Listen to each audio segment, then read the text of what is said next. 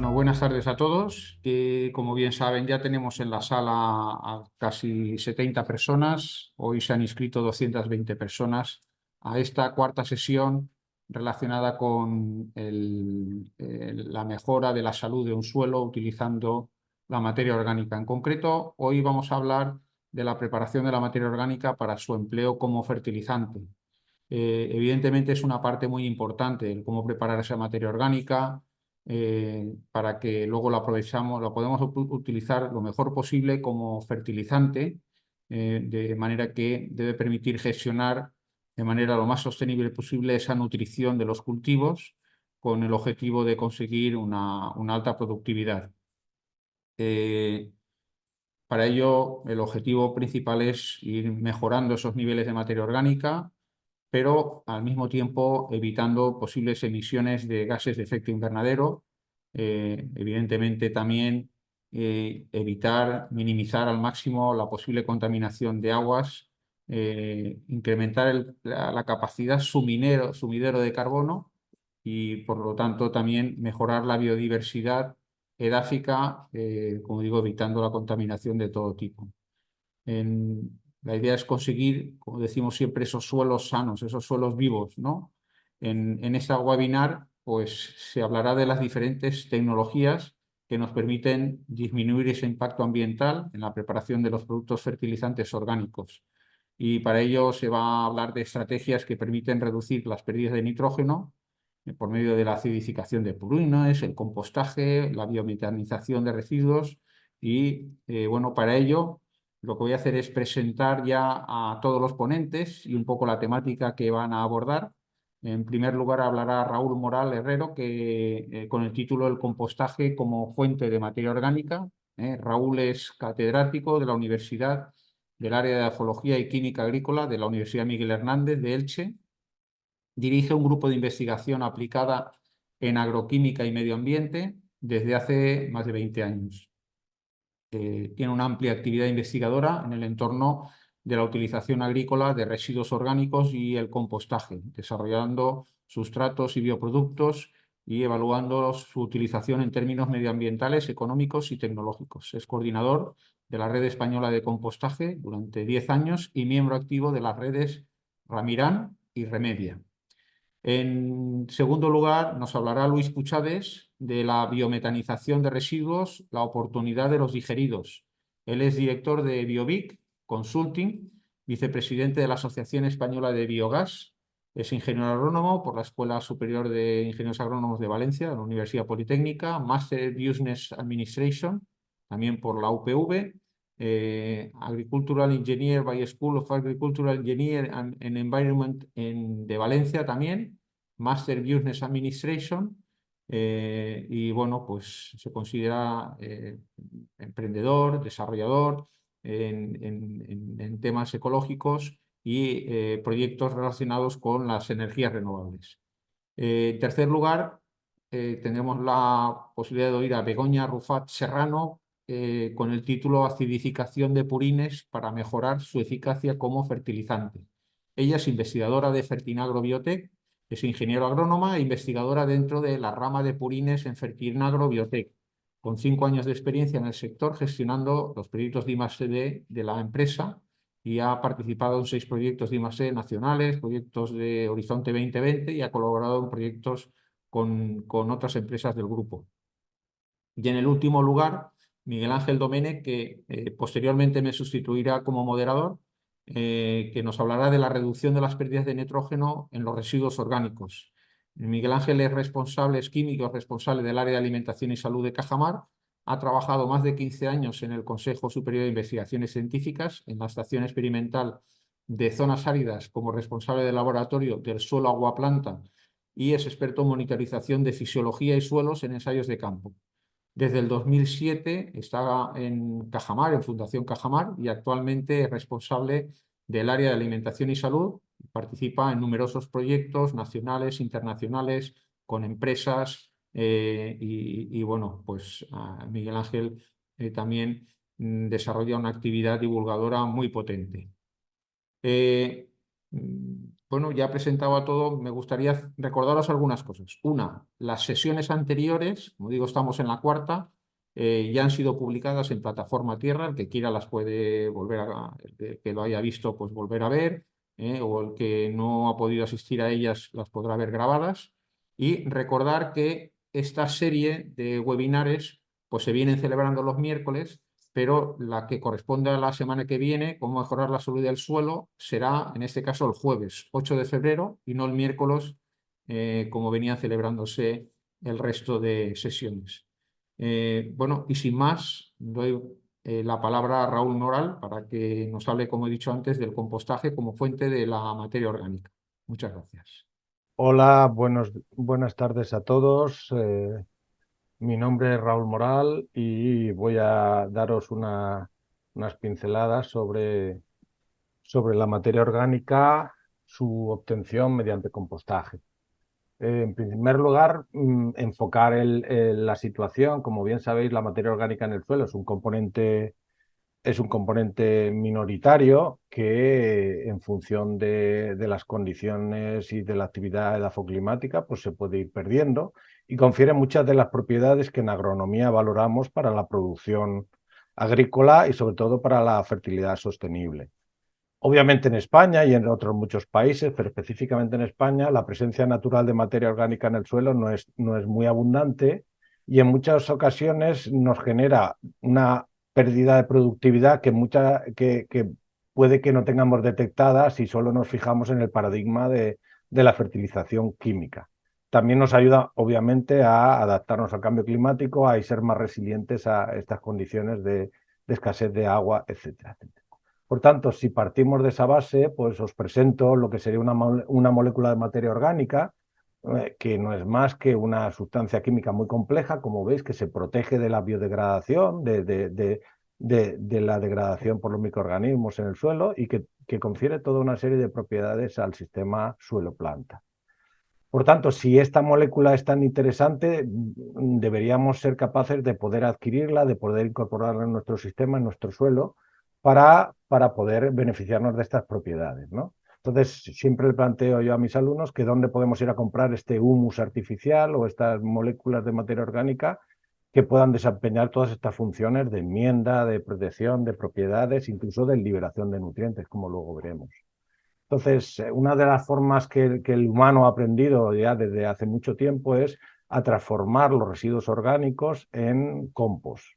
Entonces, el compostaje no es más que un proceso bioxidativo controlado que intervienen los microorganismos a coste cero, aparecen de forma espontánea en las pilas de compost, en medio de esos sustratos orgánicos convenientemente tratados y en presencia de humedad y de aireación, pues somos capaces de producir una materia orgánica de alta calidad con liberación de CO2, de agua y con una mineralización también de nutrientes que confiere esa dualidad de que el compost es un fertilizante de liberación lenta pero también tiene sales de fácil disposición. En muchas ocasiones se ha vinculado el compostaje a los residuos urbanos, pero se puede hacer compost con cualquier biomasa residual, mucha de la procedente en los sistemas de la agroindustria o de la producción agrícola. Como veis, el proceso de compostaje pues, está condicionado por la actividad de los microorganismos y pasa por una serie de fases termófilas, mesófilas, donde esa pila se calienta.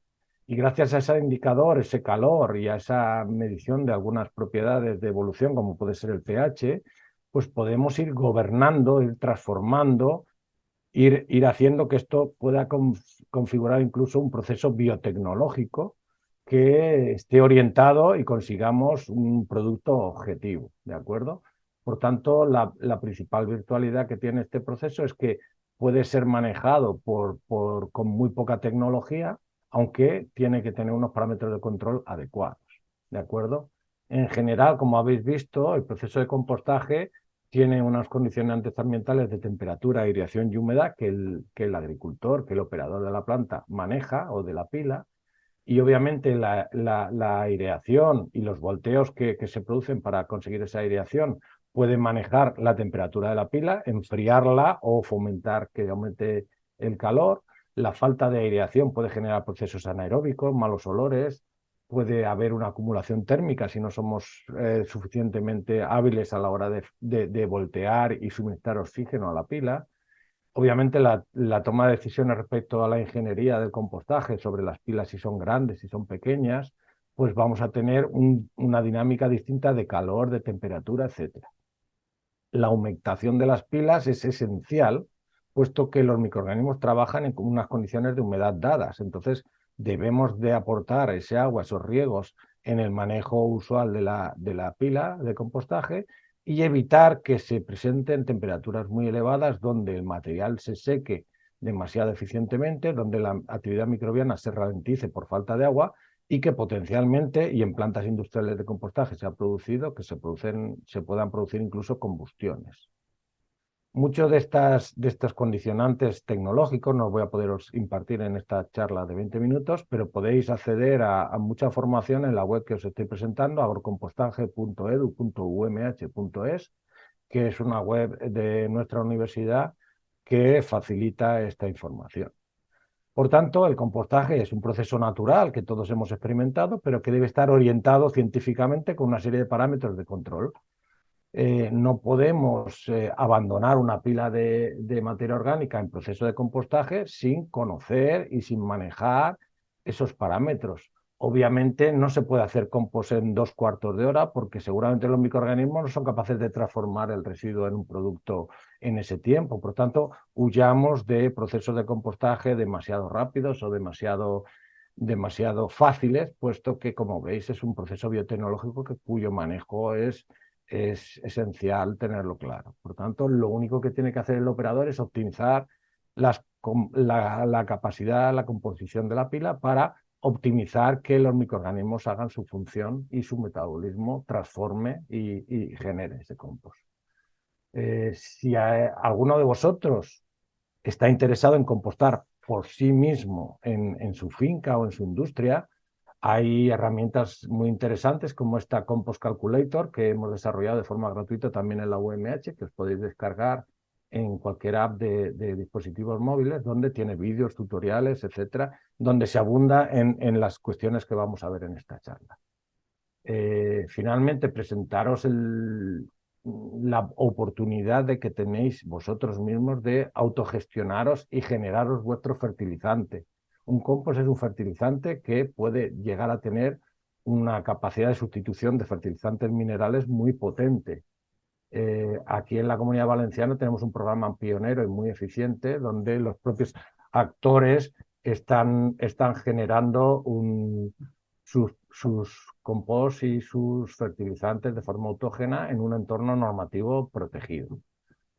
Siempre le comento a mis compañeros que no es lo mismo la materia orgánica fresca que el compost. La materia orgánica fresca obviamente tiene unas funciones y unas capacidades que tienen que ver con una elevada degradación, una capacidad de reactivación del suelo, pero con el tiempo y poco tiempo, pues esos nutrientes se han liberado y no nos dejan muchas de las propiedades que les son propias.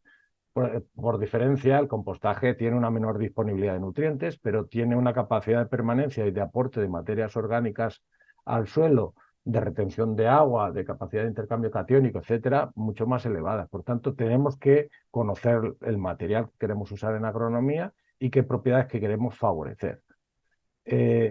Siempre que hablamos de compost en agricultura, siempre nos planteamos cómo hacer un compost avanzado. Queremos un compost de altas capacidades, no solo en contenido de nutrientes, sino en propiedades. Para ello, podemos elaborar, y os voy a comentar algunas de las estrategias fundamentales que yo considero que podéis utilizar, que es el cocompostaje, el uso de aditivo y el uso de ciertos residuos líquidos para el riego, para la hidratación de la pila. ¿Vale? ¿Cuándo podemos actuar y optimizar estos procesos de compostaje? Pues al inicio de la pila, esto que denomino startup, durante todo el proceso de calentamiento de la pila, que llamamos periodo bioxidativo, y luego al final en la fase de maduración, cuando ya el proceso se ralentiza, en la fase de maduración donde proliferan los hongos y mejoran la calidad del compost, pues también podemos generar algunas acciones de mejoría del compost. Vamos a comentar algunas de estas propiedades, algunas de estas situaciones que son claves. Al iniciar la pila, al configurar una pila, si queremos diseñar un proceso de compostaje optimizado, un compostaje avanzado, debemos de tener muy claro que el uso de varios componentes, de varios residuos, nos va a mejorar la mezcla, tanto a nivel de propiedades nutricionales o capacidad de fermentación, de degradación de la materia orgánica, sino porque vamos a minimizar también los factores limitantes. Hay factores limitantes en el compostaje, como son los pHs extremos o la elevada salinidad de algunos de los residuos, que puede hacer que el proceso de compostaje se ralentice o existan problemas. Entonces, el compostaje es un proceso que ni más ni menos consiste en integrar 2, 3, 4 ingredientes en la mezcla de forma que obtengamos una mezcla óptima. La mezcla óptima tiene que ver con que esa mezcla a compostar tenga una relación entre el carbono y el nitrógeno en torno a 30, que tenga esa mezcla un pH adecuado, que tenga una conductividad eléctrica no demasiado elevada y que toda la pila configure unas mezclas, una porosidad adecuada. En esta diapositiva podéis ver cómo podemos mezclar residuos secundarios, como puedan ser alperujos, los lodos de depuradora o otros materiales que son muy ricos en nitrógeno, que tienen una componente eh, con un aspecto con poca porosidad, con poca aireación, con otros ingredientes que son fuentes carbonosas, y eso configura unas mejores propiedades. También tenemos que ver que la corrección del pH es esencial en los procesos de compostaje, en tanto en cuanto si nos alejamos de los pHs entre 6 y 8, vamos a tener problemas porque bacterias o hongos no van a estar en un contexto adecuado para mejorar la biodegradación.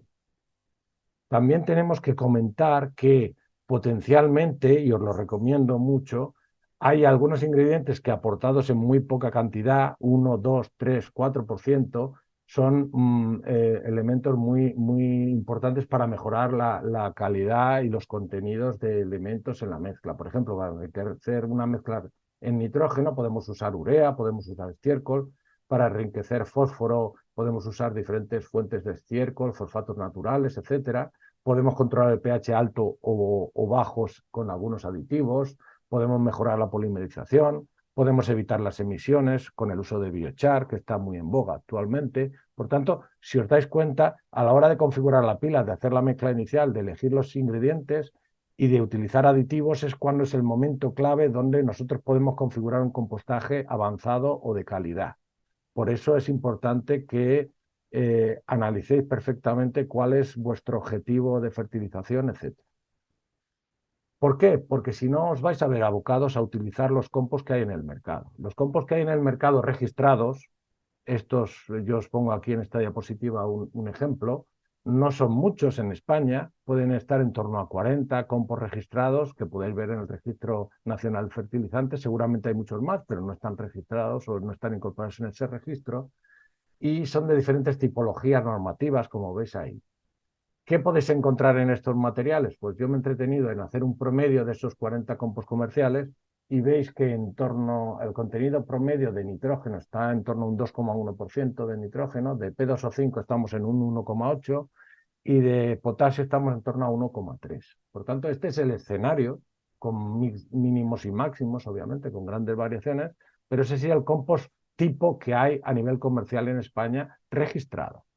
Por tanto, si queréis conseguir un producto más enriquecido o queréis conseguir un producto con algunos ingredientes específicos vuestros, pues tendréis que plantearos hacer un compost propio. Estos compost propios que hemos desarrollado nosotros, hemos hecho compost de todo tipo, compost con residuos de alcachofa, vitivinícolas, oleícolas, urbanos. Y si veis aquí en color negro, pues podéis ver que llegamos a una serie de riquezas que se sitúan en ese entorno de los compost promedio, pero en algunos casos podemos subir de forma más elevada, y las sustancias húmicas que incorporan estos compost pues son también elevadas. Por tanto, si queremos sumarizar cómo fabricar o cómo transformar la materia orgánica y esos nutrientes en un producto de aplicación, pues deberíamos tener en cuenta, obviamente, que los agricultores quieren un material que se pueda dosificar, que pueda utilizarse con las mismas maquinarias que utilizan otros insumos, que sea de fácil aplicación y que potencialmente, aparte de aportar nutrientes que permitan componer un plan de fertilización adecuadamente, pues que sea una inversión en el suelo a largo plazo, que genere una restauración de la fertilidad a largo plazo y que los costes estén ajustados. Obviamente el escenario que tenemos actualmente pues, ha cambiado diametralmente respecto a otros tiempos, con la guerra de Ucrania, etcétera, y lo comentaremos ahora al final de la charla. Obviamente también el agricultor prefiere aplicar compost peletizado frente a compost sin peletizar.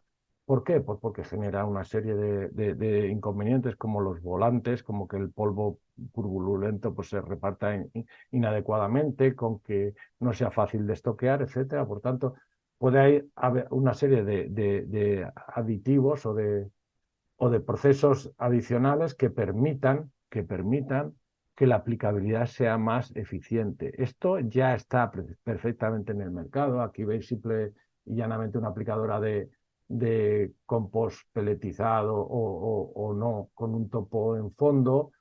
Actualmente muchos de los viñedos del sureste español ya se están fertilizando con un combo de fertilizante inorgánico y orgánico aportados en la misma distribuidora de peletización.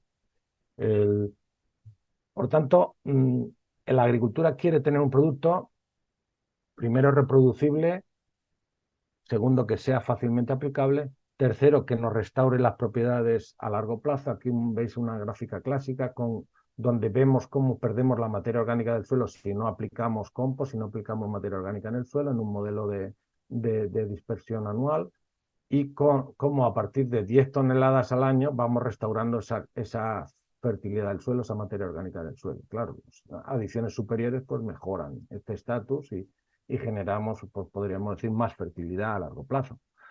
También generamos una serie de propiedades que no tenemos demasiado contabilizadas y debemos de tener en cuenta, como una disminución de la densidad aparente que permite mejor el trabajo en el suelo, etcétera, etcétera. También debemos de considerar que este compost nos incluye otra serie de propiedades como la entrada de sustancias húmicas, en la mayoría de los casos en torno al 3-4%. Cada tonelada de compost está incorporando de 20 a 40 kilogramos de ácidos húmicos, que eso lo tenemos como beneficio en el suelo, pero no lo tenemos contabilizado mentalmente.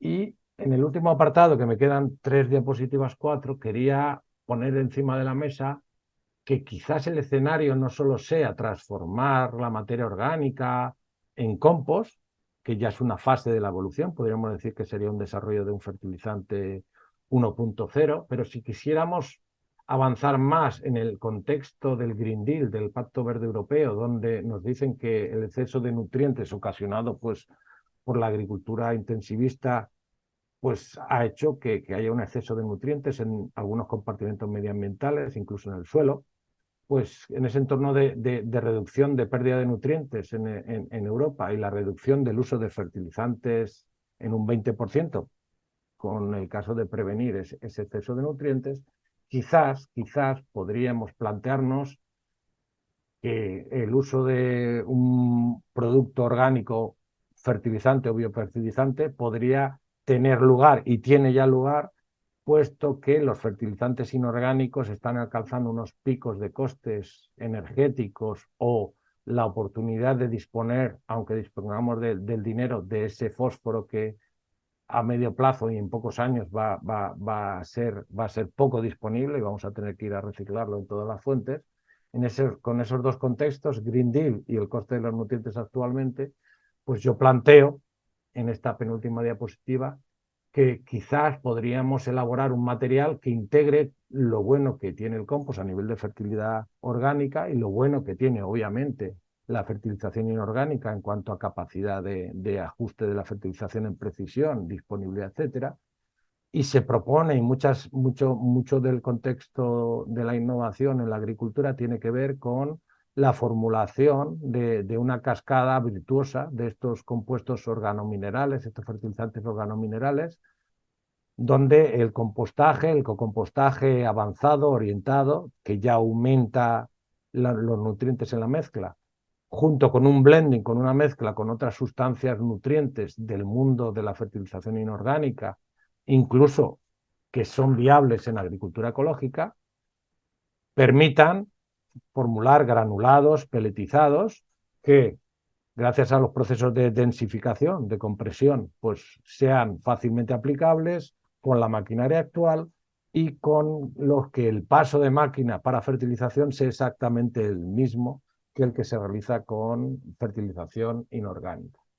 Por tanto, y por concluir esta charla, querría hablaros de oportunidades y retos. Es obvio que el uso agronómico del compost siempre ha tenido una validez y que existe una tendencia natural, pero también actual, imparable en su uso respecto al escenario de coste-beneficio, que la formulación de estos abonos organominerales con los orígenes que queramos van a ser realmente la derivada posterior de esta transformación en compost y que obviamente debemos de ser capaces desde nuestro ámbito, desde nuestras regiones, desde nuestra situación puntual, allí donde nos encontremos, de desarrollar soluciones específicas vinculadas a los residuos específicos de cada región y que pues generen un cierto grado de soberanía fertilizante en tanto en cuanto seamos capaces de sustituir algunos de los insumos que se producen pues, en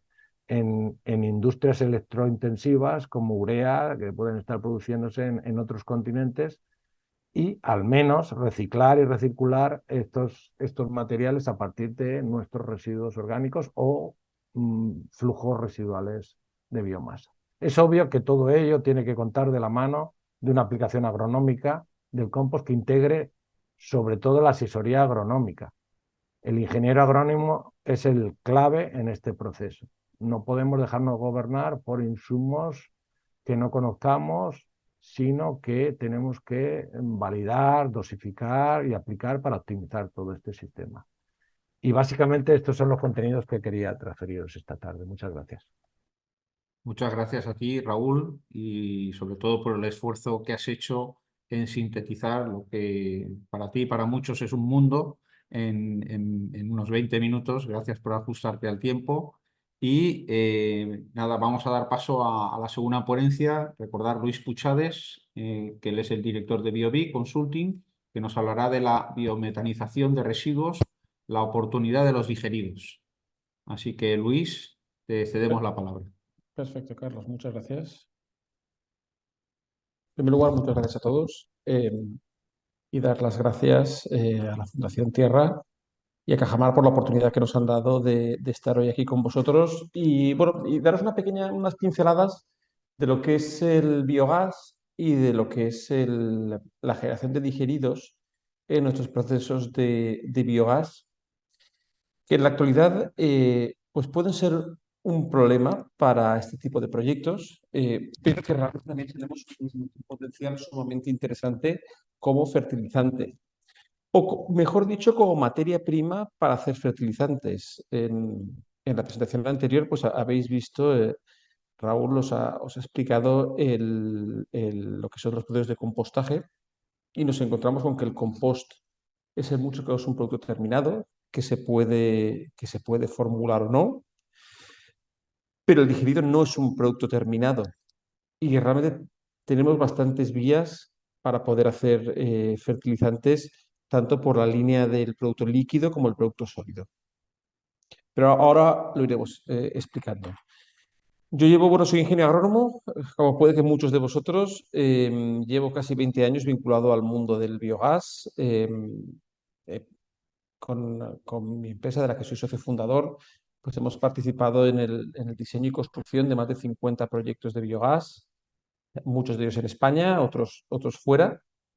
Y además, bueno, pues desde 2013 soy vicepresidente de la Asociación Española de Biogás. Biovi, que es una empresa que está integrada en Grupo Jimeno. Grupo Jimeno es un conglomerado empresarial valenciano con sede en Castellón y que, bueno, que ahora mismo ocupa a más de 7.000 personas, y su negocio principal está vinculado al ciclo del agua. El ciclo del agua tanto en el sector público con Faxa como en el sector privado con Sitra. Ahora mismo operamos pues, unos 60 digestores en toda España, tanto de tratamiento de aguas como de digestión agroindustrial. Y también tenemos plantas de compostaje en propiedad en diversos puntos de la geografía española. Entonces, ya centrándonos, ¿Qué es el biogás? Bueno, el biogás per se, lo que es un gas producido por la acción de degradación en condiciones anaerobias, en condiciones de ausencia de oxígeno, de la materia orgánica. Ahora mismo el biogás es algo que está muy en boga en España y se está hablando mucho de los proyectos de biogás, porque este biogás se puede refinar, se puede depurar, se le puede quitar el CO2 y convertirlo en un gas que es pues, casi un 100% metano. Y este metano se puede inyectar en la red como gas renovable. Entonces, en el contexto que tenemos actual de transición energética, se está hablando mucho de las energías renovables. Fuentes de electricidad renovable tenemos muchas. Tenemos la eólica, la fotovoltaica, la hidráulica, la biomasa. Pero fuentes de gas renovable tenemos pocos. Y maduro realmente solo el biometano.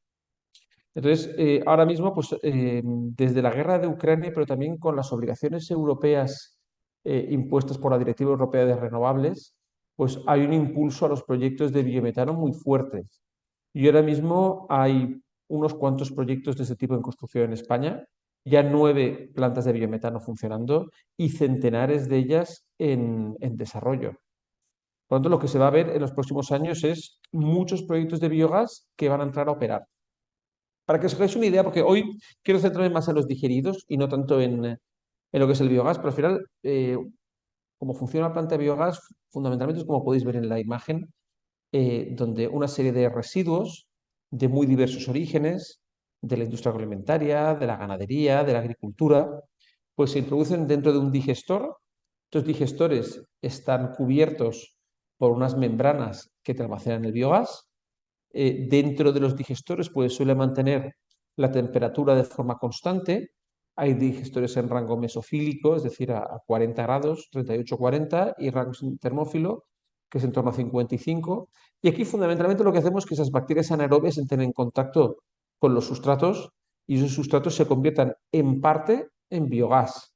Es decir, la parte más orgánica se convierte en biogás, pero también nos quedan una serie de nutrientes, los nutrientes originales que tenían esos residuos. Y eso es lo que nos vamos a encontrar en el digerido. Como podéis ver en el diagrama, bueno, pues el biogás posteriormente se depura. Este biogás se depura fundamentalmente quitando el vapor de agua y quitando el sulfuro de hidrógeno, que es el más complejo de los gases, a nivel de que es muy corrosivo para los equipos. Y luego con el biogás bien podemos quemarlo in situ, producir electricidad, o lo que van a ser la gran oleada de proyectos de biogás en España, que es el biometano. Es decir, quitar el CO2, luego ese CO2 se puede licuar o se le puede dar un uso industrial e inyectarlo en la red de gas. Hasta aquí la parte energética. Y luego tenemos la parte del digerido. Parte del digerido que hasta la fecha siempre ha sido un gran problema para las plantas de biogás, por cuanto en Europa lo más habitual era hacer una aplicación directa de los mismos, pero que en España, pues las condicionantes de la agricultura son distintos, y que para muchas plantas es un dolor de cabeza. Pero por otro lado, como he comentado antes, es una materia prima interesante. ¿Qué condiciones tiene ese digerido? Realmente aquí hablamos de digerido, pero los condicionantes de materia seca, de nutrientes, varían muchísimo en base a lo que sea el origen de los sustratos que entren a alimentar esa planta de biogás. Y que entren a alimentar esa planta de biogás tenemos prácticamente de todos los subproductos que os podáis imaginar que produce el campo. Residuos de agricultura, por ejemplo, restos de cosechas, paja de cereales, alperujos, alpechines, vinazas, evidentemente todos los residuos de la ganadería, como pueden ser los purines porcinos, el estiércol de vacuno, la gallinaza, el estiércol de ovino, residuos de la industria agroalimentaria, pues desde las conserveras, los mataderos, el industria láctea, una materia prima que entra mucho en las plantas de biogás, los lodos de las depuradoras industriales, que suelen tener las cerveceras, los mataderos, las lácteas, las conserveras, de eso nos llega mucho. Y luego pues también tenemos lo que es el RSU, el FORSU, separado o no separado. Lo que pasa es que es un producto no separado en origen, luego no se puede considerar una materia prima para hacer fertilizantes, sino que más bien es un bioestabilizado y eso lleva otra problemática. También tenemos los lodos DEDAR. Los lodos DEDAR también tienen sus propias problemáticas por cuanto su presencia en los digeridos puede luego limitar seriamente ciertos usos de los mismos como fertilizantes. Y luego, bueno, pues también en este tipo de proyectos podemos encontrarnos algunas variantes de ciertos tipos de cultivos o de biomasas de carácter más leñosos. Entonces, como veis, hay muchas fuentes de sustratos que nos entran en los proyectos de biogás y siguen todo el proceso. Realmente, la parte del carbono, que es la de la producción de la energía, es la parte, por así decirlo, más común a todos los sustratos. La digestión anaerobia se divide en 4 fases, son varias fases consecutivas donde diversos microorganismos pues, van degradando una fase hidrolítica, citogénica, fase metanogénica, y al final lo que estamos produciendo es este metano y ese CO2, pero lo que luego nos queda es un digerido.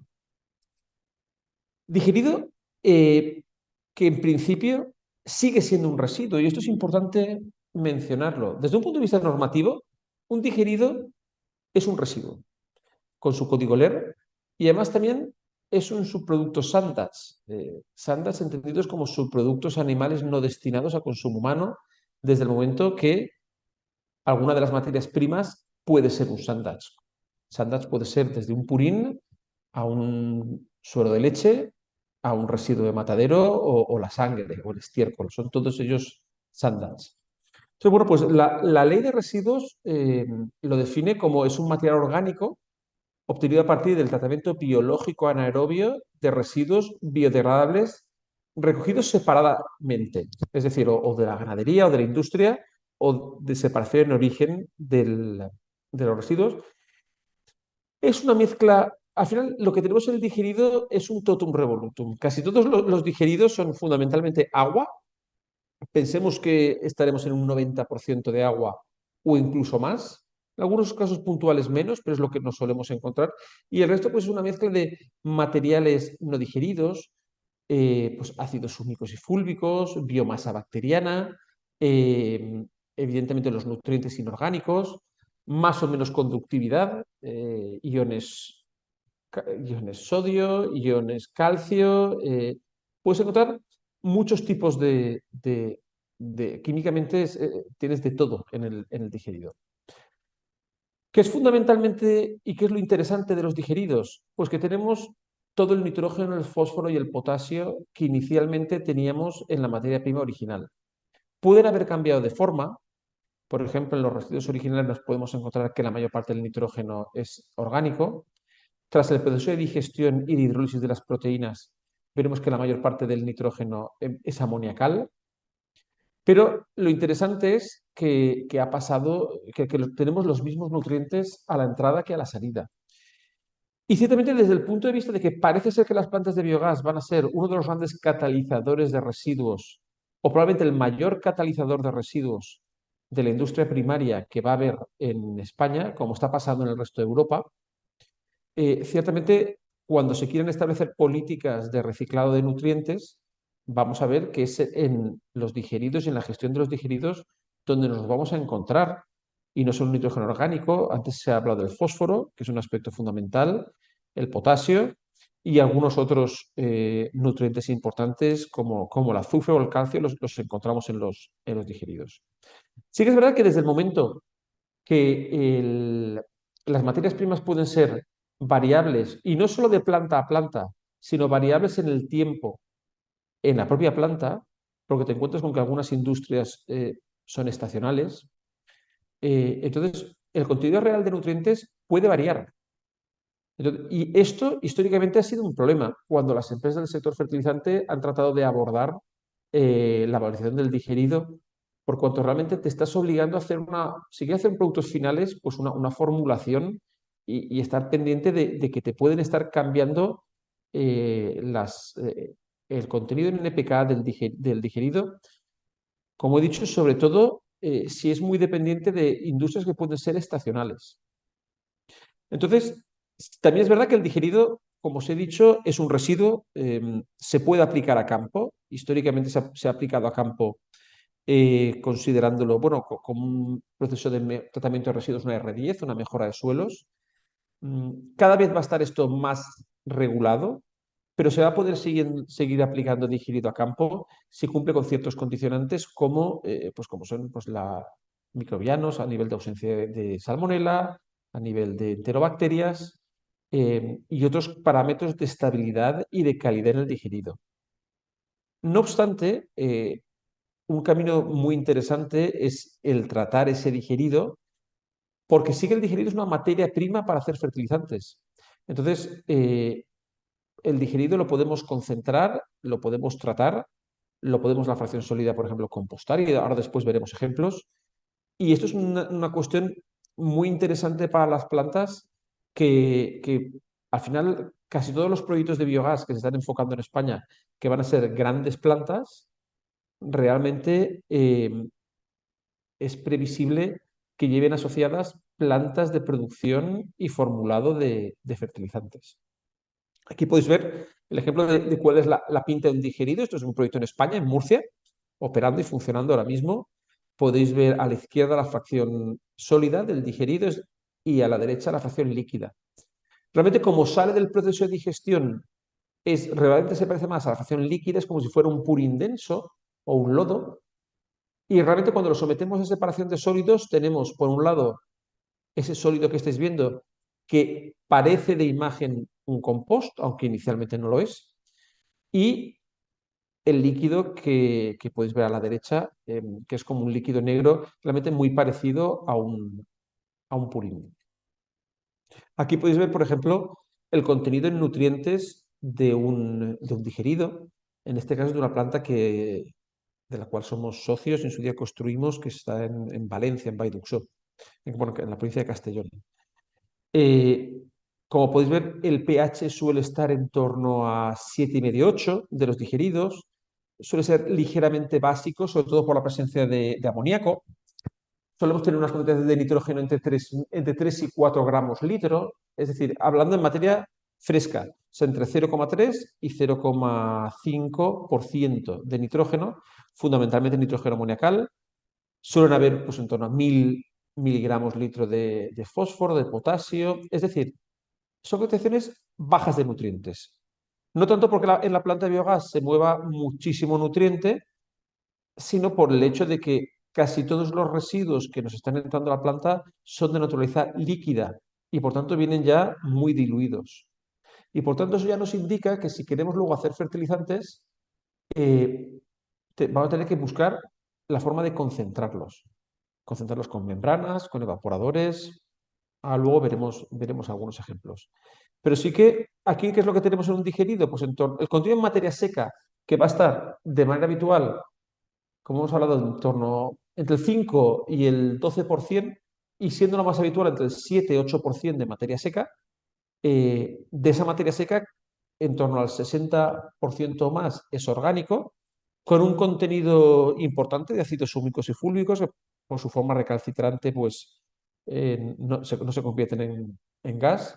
Y luego vamos a tener pues, estos nutrientes en concentraciones moderadas, tirando a bajas, que luego vamos a tratar de concentrar si lo necesitamos. Porque históricamente el biogás en Europa lo que se ha hecho es fundamentalmente una aplicación a campo directa. Sí que es verdad que los condicionantes en Europa, que muchas veces el biogás ha estado también muy vinculado a la producción de maíz. Claro, el maíz es uno de los productos más agradecidos para aplicarle materia orgánica y nitrógeno. Pero sin embargo, esas condicionantes agroambientales, pues no los tenemos en España, excepto en algunos sitios. Por lo tanto, en España es muy probable que la industria va a tener que ir hacia un mayor tratamiento del digerido. Las producciones en Europa son descomunales. En Europa se producen aproximadamente 180 millones de toneladas de digerido al año. En España, para que os hagáis una idea, está ahora mismo en torno a los 1,6 millones de toneladas al año, pero os puedo asegurar que ahora mismo hay proyectos en tramitación para meter más de 10 millones de toneladas de digerido al medio, con unos materia orgánica y con unos nutrientes que van a ser absolutamente necesarios. Porque os puedo asegurar que las plantas de biogás van a sacar del mercado a la mayor parte de la materia orgánica.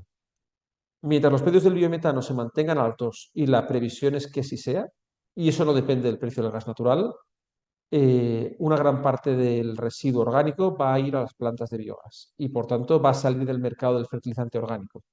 Y por tanto es muy probable que sean las plantas de biogás las que deban de procesarlo o las que deban de buscarse alianza con las plantas de fertilizantes y los compostajes para tratar este producto y que pueda volver evidentemente al sector agro, que es su origen. Porque sí que es verdad que para las plantas de biogás aquí hay una oportunidad. Y hay una oportunidad en la producción de fertilizantes orgánicos en muy diversas formas, desde productos sólidos como pudieran ser compost, es decir, coger y compostar la fracción sólida de los digeridos, en muchos casos añadiendo un estructurante para que funcione correctamente el proceso y luego pudiendo formular más o menos en base a la riqueza de NPK, pero también existe una oportunidad para la producción, por ejemplo, de líquidos para riego por goteo, por concentración y enriquecimiento de los digeridos y poder meter una materia orgánica de la cual, pues en la presentación anterior se ha remarcado muy acertadamente de su importancia. Y especialmente en una situación como es la de España, con un déficit hídrico muy importante. La materia orgánica va a ser fundamental si queremos mantener la fertilidad en nuestros suelos mientras combatimos la situación de un agua que cada vez va a ser más escasa y más cara. Entonces, ¿qué es lo más habitual que podemos hacer con los digeridos? Bueno, pues una vez tenemos el digerido, que como os he dicho es un producto líquido, con un poquito de nutrientes, con algo de materia orgánica y muchísima agua, en muchos casos lo habitual es hacer una separación de sólidos, con el sólido valorizarlo como fertilizante por aplicación directa o enviándolo a compostaje. Para que os hagáis una idea, el sólido del digerido suele parecerse en condiciones a lo que puede ser un estiércol de vacuno, o también se le puede dar un tratamiento de valorización energética a esa fracción sólida. Y luego con el líquido es el principal problema de las plantas de biogás. La fracción líquida puede ser el 90% de la generación total de digeridos y aquí es donde podemos ir por dos vías. O lo tratamos y hacemos una eliminación de nutrientes, de materia orgánica y de nitrógeno, por ejemplo, con plantas tipo Anamox, tipo sistemas de nitrificación, es decir, sistemas biológicos de procesado, o bien podemos ir a la valorización. Valorización de algunos de los componentes, como por ejemplo las tecnologías de stripping de amonio para poder extraer ese nitrógeno amoniacal y generalmente luego concentrarlo como una sal de amonio, como el sulfato amónico habitualmente, o una recuperación de estrubita, o una concentración en sí de todo el digerido, quitándole una parte importante de ese agua para concentrar esos nutrientes y esa materia orgánica y probablemente luego enriquecerlo para poder hacer ya un fertilizante que te entre por Real Decreto de Fertilizantes por tener el contenido en NPK mínimo. Entonces, y esa es una línea sumamente interesante.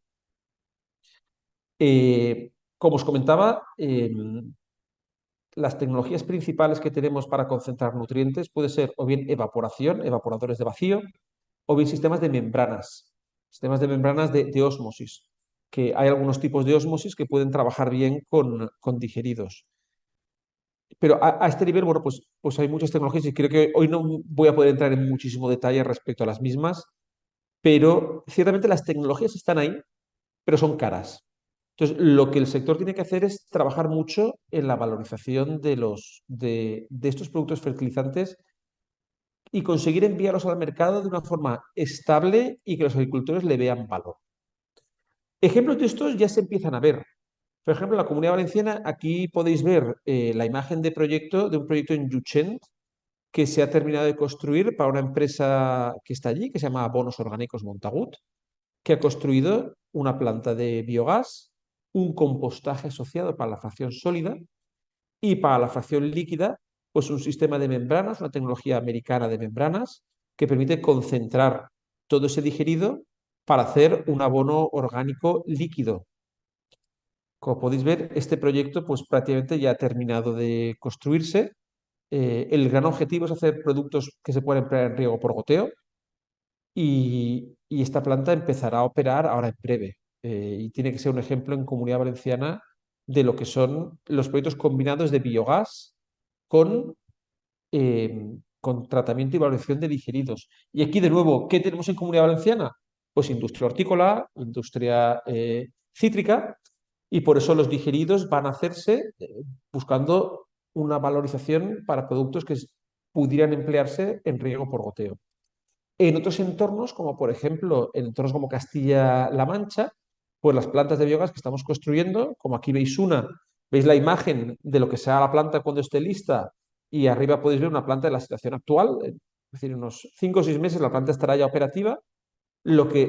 Aquí lo que vamos es a producir fertilizantes sólidos con una gran planta de compostaje, una parte de ella compostaje dinámico, otra estático, eh, y aquí luego pues tendrá una peletizadora y donde realmente aquí nos vamos a aprovechar de la irradiación térmica tan potente que tiene la provincia de Toledo para poder disminuir el volumen de los digeridos y trabajar con producto sólido. Esta solución, por ejemplo, en Galicia no sería aplicable. Hay que tener claro que cada proyecto de biogás tiene que adaptarse mucho, no solo a los residuos de entrada de origen, sino cómo es la agricultura y cómo es la climatología que tú tienes en la zona y a partir de ahí aplicar una de las tecnologías de las cuales hemos hablado previamente. Y con esto termino y bueno, y agradeceros a todos que habéis permanecido hasta el final de la presentación. Y entiendo que las cuestiones que se han planteado las trataremos al final, a las 6 Muchas de la gracias. tarde. Sí. Perfecto. Eso es. Luego ya al final, en función de cómo vayan los tiempos, parece que el compañero Carlos ya se ha ido, por eso ya he tomado su relevo. Volveremos, ¿de acuerdo? Es decir, ya haremos Perfecto. un poco una mesa redonda al final, viendo un poco el tiempo que nos queda, que por eso es por lo de ajustarse un poco a los tiempos previstos. Muchísimas gracias por tu Un placer. ponencia, ¿vale?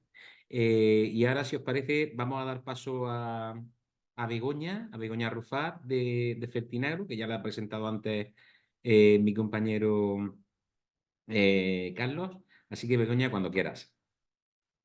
Nada, simplemente en primer lugar, gracias a todo el equipo de Cajamar por querer contar con Fertinagro Biotech para estas jornadas. Para nosotros, pues bueno, es todo un orgullo que se nos quiera incluir en este tema tan importante como es el tema de la gestión de la materia orgánica.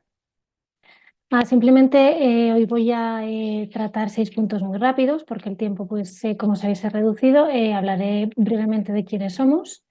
Luego me centraré en algunas normativas donde se aprecia y se especifica que es posible acidificar purines para reducir emisiones.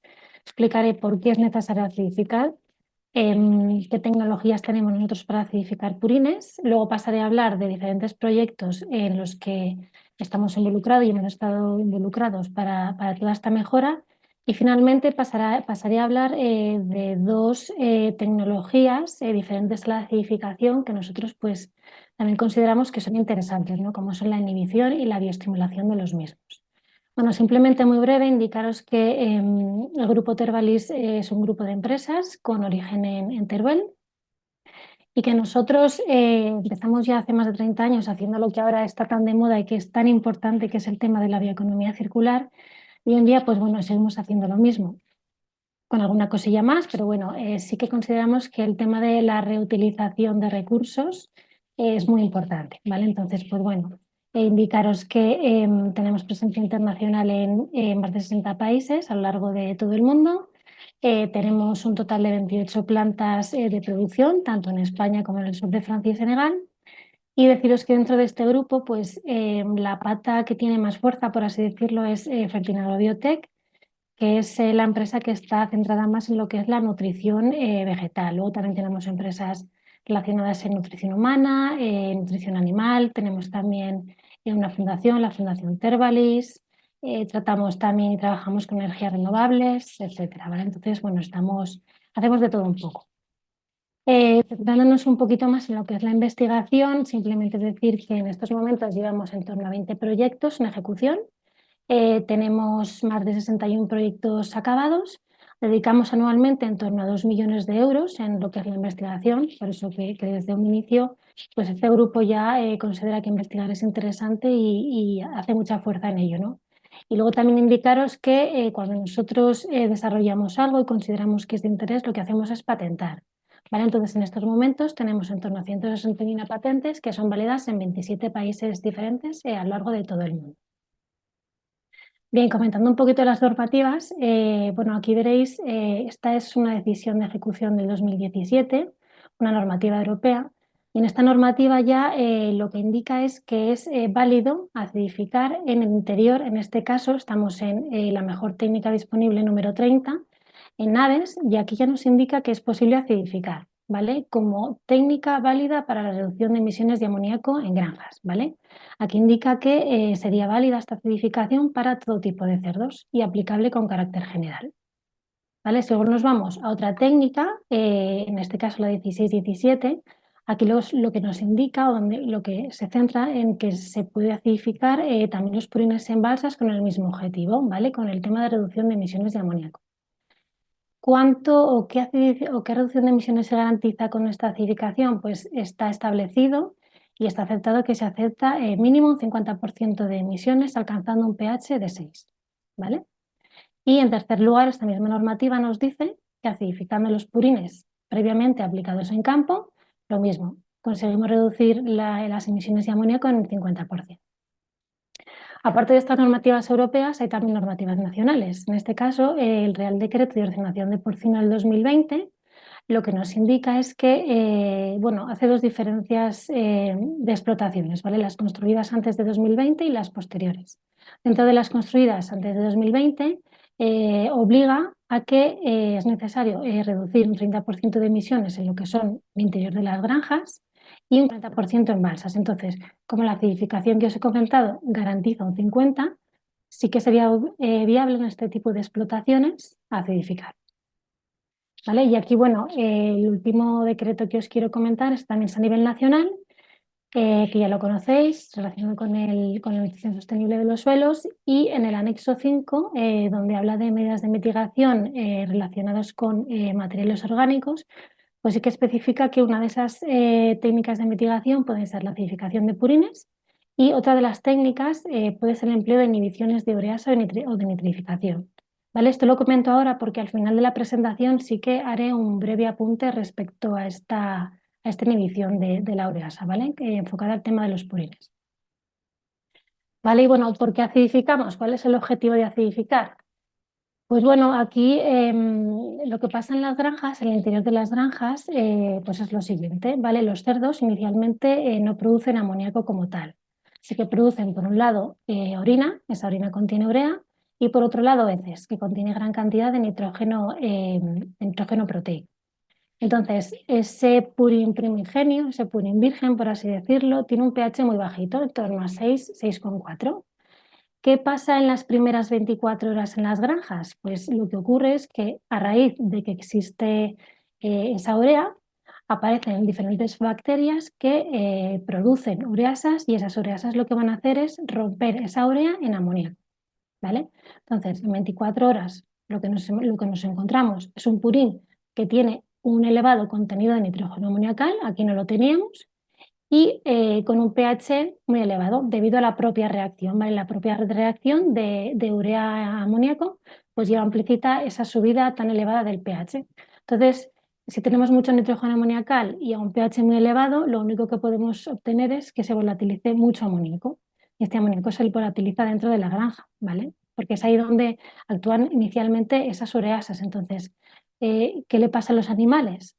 Pues los animales si tienen una concentración pues, muy elevada de amoníaco, al final esto puede producir enfermedades respiratorias, puede producir efectos metabólicos adversos y lo que es muy importante es que al final todo esto repercute en índices de producción.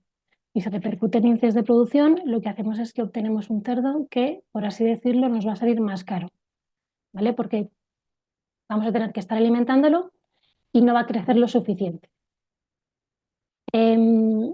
Centrándonos un poquito más en el tema del amoníaco, ese amoníaco que se producía a partir de la urea, pues lo que ocurre es que está en esta forma que indico aquí, en este equilibrio, ¿vale? Tenemos una parte amoniacal que esta forma sí que es soluble en agua y una parte de amoníaco que es volátil, ¿vale? Este es el equilibrio que tenemos en los purines.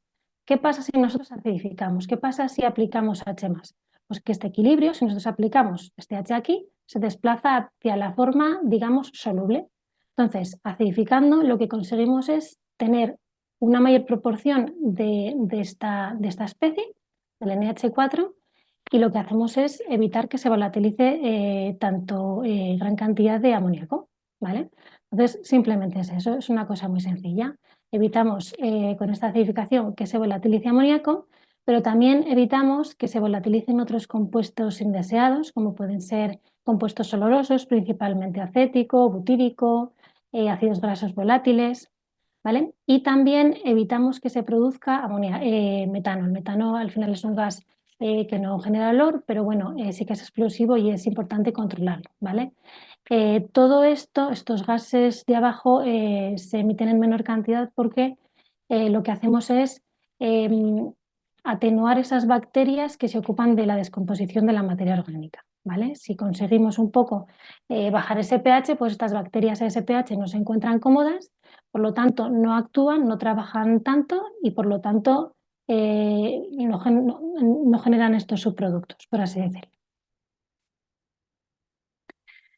Bueno, y aparte de los porcentajes, el porcentaje del 50% que comentaba, que se garantiza, pues aquí deciros que hay diferentes documentos. Por ejemplo, existe el documento BREF, que es el documento de referencia, a partir del cual está redactado la decisión de ejecución del 2017. Y aquí lo que indica en este documento es que no solo que se reduce un 50, sino que se reduce más, ¿vale? Y aquí reportan una reducción de un 75% en alojamientos con suelo enrejillado total, hasta un 80% en parcialmente rejillados. En balsas garantizan que la reducción de amoníaco es de un 90% y en campo superior a un 60%, ¿vale? Y luego, centrándonos más en los beneficios para los cultivos, lo que sí que es cierto es que el azufre que aporta este ácido sulfúrico lo que hace es que favorece la asimilación de nitrógeno y esto da lugar a un incremento de cosecha, ¿vale? Hay innumerables revisiones que hablan de ello, que acidificar mejora los purines, se incrementan las cosechas en diferentes cultivos, ¿vale? Esto está ampliamente estudiado, hay bastante documentación y ahora después también os comentaré unos ensayos que hemos llevado nosotros a cabo donde hemos visto que efectivamente no solo se incrementan los rendimientos, sino que también se aumenta la proteína en grano, ¿vale? Y luego indicaros también que el hecho de acidificar los purines lo que hace es que favorece la solubilización de ciertos nutrientes que están en el suelo, ¿vale? Pues tenemos muchos nutrientes, pero el tema del fósforo es un tema bastante interesante, entonces sí que hay varias revisiones que indican esto, ¿no? Que acidificando ligeramente o aplicando un purín ligeramente acidificado, lo que se hace es que mucho fósforo insoluble pasa a estar soluble y disponible por los cultivos. Por lo tanto, estos lo pueden tomar. ¿Vale? Aquí vemos en esta gráfica un poco lo que os comentaba, ¿no? Que al final el amonio y el amoníaco están en equilibrio. Conforme más desplaza el pH hacia valores más bajitos, tenemos mayor concentración de lo que es la especie que es soluble en agua. Si nos vamos a pHs más elevados, vamos a tener mayor cantidad de la fracción que es volátil, ¿vale? Bueno, y luego aquí indicar que cuanto antes se empiece a actuar en el tema de la reducción de emisiones, si empezamos en granja, pues antes o mayor cantidad de nitrógeno final vamos a obtener para los cultivos, ¿vale? Si suponemos que tenemos un purín virgen en torno a 8 kilos metro cúbico, que este puede ser un valor real perfectamente, si nosotros empezamos a acidificar justo aquí en nave, aquí vamos a tener mayor cantidad, que si no hacemos nada, o sea, acidificamos únicamente en la aplicación, ¿vale? Como veis, pasamos de tener 8 kilos de nitrógeno a 4, ¿vale? O sea, la mitad del nitrógeno que contienen los purines se volatiliza en todo el proceso, ¿vale? Por eso tan importante tratar de empezar cuanto antes mejor y obtener así un fertilizante, porque al final el purín es un fertilizante con una mayor riqueza y que esto luego al final pues dé lugar a mayores cosechas y menor contaminación, porque si conseguimos que volatilice menos, al final es un producto más sostenible y a su vez los animales en el interior de las granjas pues van a contener o tener unas condiciones pues mucho más cómodas y agradables para ellos.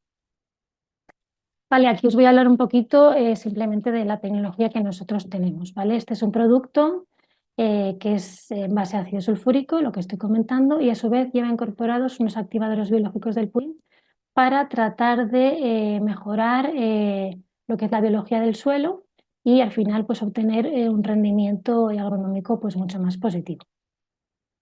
Y comparada esta tecnología con otras tecnologías en base a tratamientos para reducir emisiones en lo que son las balsas, aquí veis diferentes ejemplos, diferentes cubiertas, bolas, láminas. Entonces simplemente hemos puesto esto para que veáis que el coste de estas técnicas está entre aproximadamente 1,4 euros al metro cúbico de purín al año y que nosotros con nuestro producto AirPur, nuestra tecnología AirPur, estamos dentro de este mercado, estamos en torno a 1,3 euros al metro cúbico. ¿Vale? Proyectos de mejora de purines. Vale, bueno, indicaros que dentro de lo que es la investigación, pues ya os he comentado que se invierte bastante en ella. Solo en lo que son purines ya hemos acabado 5 proyectos, llevamos 3 proyectos en marcha y nosotros lo que os decía al principio, cuando tenemos o desarrollamos algo o consideramos que algo es de interés, lo que hacemos es patentar, ¿vale? Y en relación a los purines tenemos 4 patentes. Las 2 primeras están relacionadas con el control de la volatilización de amoníaco en los purines y las 2 segundas están más enfocadas al tema de incrementar la eficiencia de los mismos una vez son aplicados en campo. ¿Vale? Entonces, voy a comentar ahora 2 proyectos muy brevemente para que veáis un poco pues, en qué estamos trabajando, ¿no? Este proyecto es un proyecto que fue financiado con el Fondo de Inversiones de Teruel en la convocatoria 2018 y aquí básicamente, bueno, trabajamos en los 3 escenarios, en lo que es la nave, la balsa y el campo, pero voy a comentaros aquí únicamente la fase de balsa y campo, ¿vale? Como veis, esto es un tratamiento real. Aquí lo que hicimos, bueno, la balsa puede verse aquí, ¿vale? Es una balsa que tiene las dimensiones en torno a 8 por 40 metros. Entonces, la aplicación también no se podía mover por toda la parcela, entonces se ubicó en este foco y lo que hacíamos es ir tomando medidas con el objetivo de obtener un purín final de un pH 5,5, ¿vale? Entonces, vamos tomando medidas y lo que sí que teníamos que asegurarnos es que las muestras tomadas en el punto más lejano donde se realizaba la aplicación consiguiéramos tener un pH de 5,5 y así fue. Pues la aplicación duró en torno a 1 horita más o menos y conseguimos llegar a este pH. Vamos tomando muestras y aquí pues comentar que evidentemente para que se produzca esa mezcla hay que homogeneizar, pero lo que hicimos es pues, tratar de hacer una homogeneización muy suave, ¿vale? Para evitar mayor cantidad de emisiones. Una vez hecho este tratamiento y conseguir este pH objetivo, lo que hicimos fue aplicarlo en campo. En el 2018 sí que era posible aplicar en abanico, ahora mismo, como sabéis, no. Y lo que hicimos es aplicar el producto tratado en este tramo de esta parcela y el no tratado en esta, ¿vale? Esta parcela era similar. Entonces, bueno, también sí que hicimos un control del pH de la balsa para controlar que efectivamente no subía ese pH mucho y así fue. A su vez, controlamos y queríamos asegurarnos que la aplicación de este ácido no repercutiera en lo que son las características físico-químicas y microbiológicas de los suelos. Por lo tanto, bueno, pues tomamos muestra de suelo y vimos un poco qué es lo que pasaba. Aquí sí que quiero recalcar que muchas veces cuando hablamos de aplicar ácido sulfúrico a los purines, pues mucha gente, y lo entendemos, se alarma, ¿no? Porque cuando se oye la palabra sulfúrico muchas veces es por temas pues, que no son muy agradables, ¿no? Entonces aquí deciros que este tratamiento no produce una reducción de los suelos, porque mucha gente sí que nos dice, no, es que al final si acidifico el purín, pues a lo mejor después tengo que encalar porque puede bajar el pH del suelo, ¿vale? Esto no sucede así, al final es un producto diluido, se aplica como mucho 2 veces al año en la misma parcela y al final, pues bueno, el pH es un pH 5,5. En cambio, cuando queremos bajar el pH de los suelos, lo que hacemos es aplicar dosis reiteradas de productos muy ácidos con un pH muy bajo y muy concentrado, ¿vale? En este caso, este producto en cuestión, aplicar el producto Airpur en purines no afecta a lo que es el pH del suelo. Y aquí sí que vimos, entre otras cosas, que el nitrógeno total se incrementaba y la parte del fósforo asimilable que comentaba antes también se incrementaba. En relación a la salud de los suelos, ¿vale? No solo analizamos y comparamos composiciones físico-químicas de los suelos, sino que también vimos cómo era la evolución de los microorganismos de los mismos, ¿vale? Y lo que sí que vimos es que los microorganismos que resultaban tener un interés agronómico se incrementaban, ¿vale? Que son estos de aquí, que están englobados, ¿vale? Pues copiotróficos, mineralizadores de materia orgánica, se incrementaban. Fosfoactivos, lo mismo, solubilizadores del fosfo, ¿vale? Bacterias promotoras del crecimiento, lo mismo. Entonces, con esto, pues bueno, sí que vemos que mejoramos las propiedades físicas y también las biológicas. Y la tercera cosa que nosotros vimos, que es de las más importantes también, es el tema del rendimiento, ¿vale? Fuimos a campo después de los tratamientos, cuando llegó el momento se cosechó y obtuvimos una producción de un 11% más elevada con un contenido de un 17% mayor en proteína en el purín tratado con Airpur frente al que no, ¿vale? Entonces, otros proyectos en los que estamos ahora inmersos, los voy a comentar muy rápido. Aquí lo que estamos haciendo es, como os comentaba antes, que cuanto antes empecemos, al final vamos a tener un producto fertilizante final más rico en nitrógeno, con un poder fertilizante mayor, pues aquí lo que estamos haciendo es tratar purines en el interior de lo que son las naves, ¿vale? Simplemente tenemos una instalación muy simple que va aplicando purín acidificado a todos los cordales de lo que son, de lo que es la nave. Entonces, aquí estamos trabajando con la Universidad Politécnica de Valencia, especialmente con el grupo de Salvador Calvet, y lo que están haciendo es, estamos siguiendo unos protocolos reconocidos a nivel internacional, que son los protocolos Vera. Ellos nos dicen dónde tenemos que ubicar los sensores, qué tipo de sensores, qué prestaciones tienen que tener, y tenemos dos naves gemelas, por así decirlo, en la misma granja, ambas de 1000 plazas.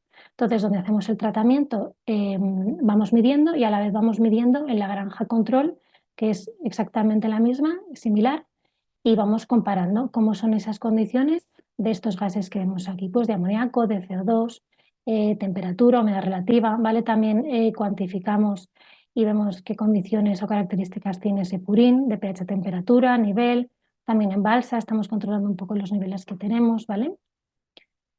Y bueno, aquí un poquito ver dónde están distribuidos, ¿vale? Todo esto siguiendo estos protocolos internacionales que os estoy comentando. Aquí diferentes fotos, pues de sensores, aquí también se ven, aquí un medidor de nivel del purín en la balsa, etcétera, ¿vale?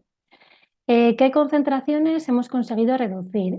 Pues bueno, como veis en esta gráfica, esto es del mes de febrero del año pasado.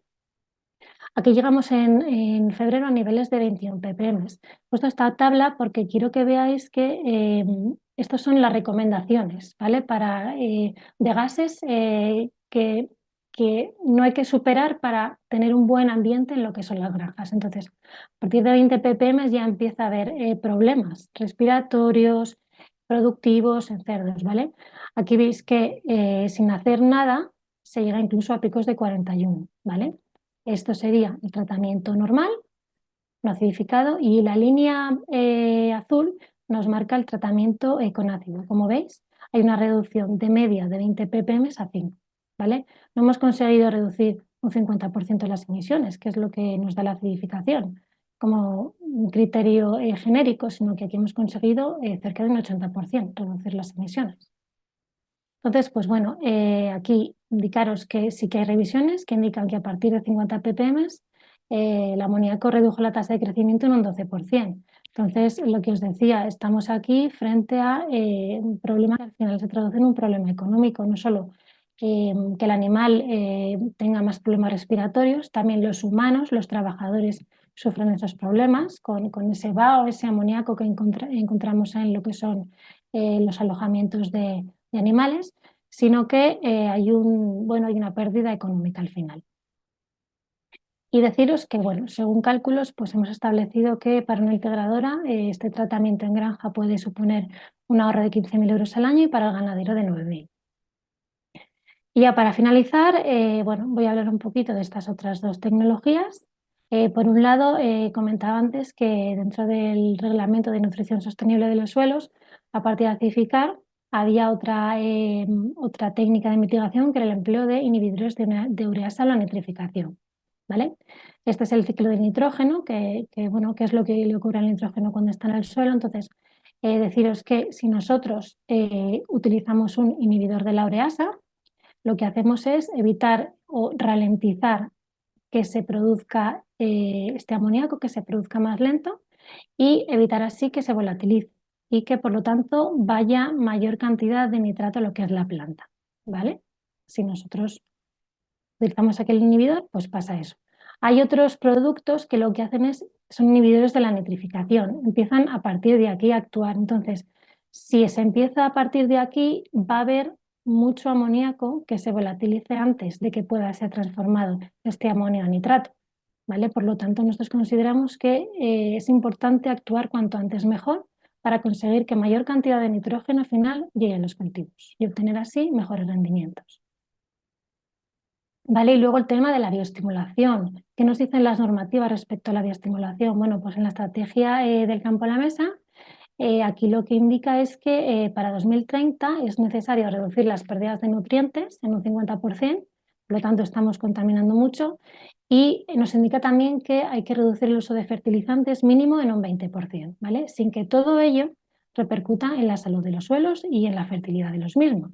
Entonces, ¿cómo conseguimos esto? Pues esto únicamente lo podemos conseguir haciendo purines más eficientes mediante la bioestimulación, ¿vale?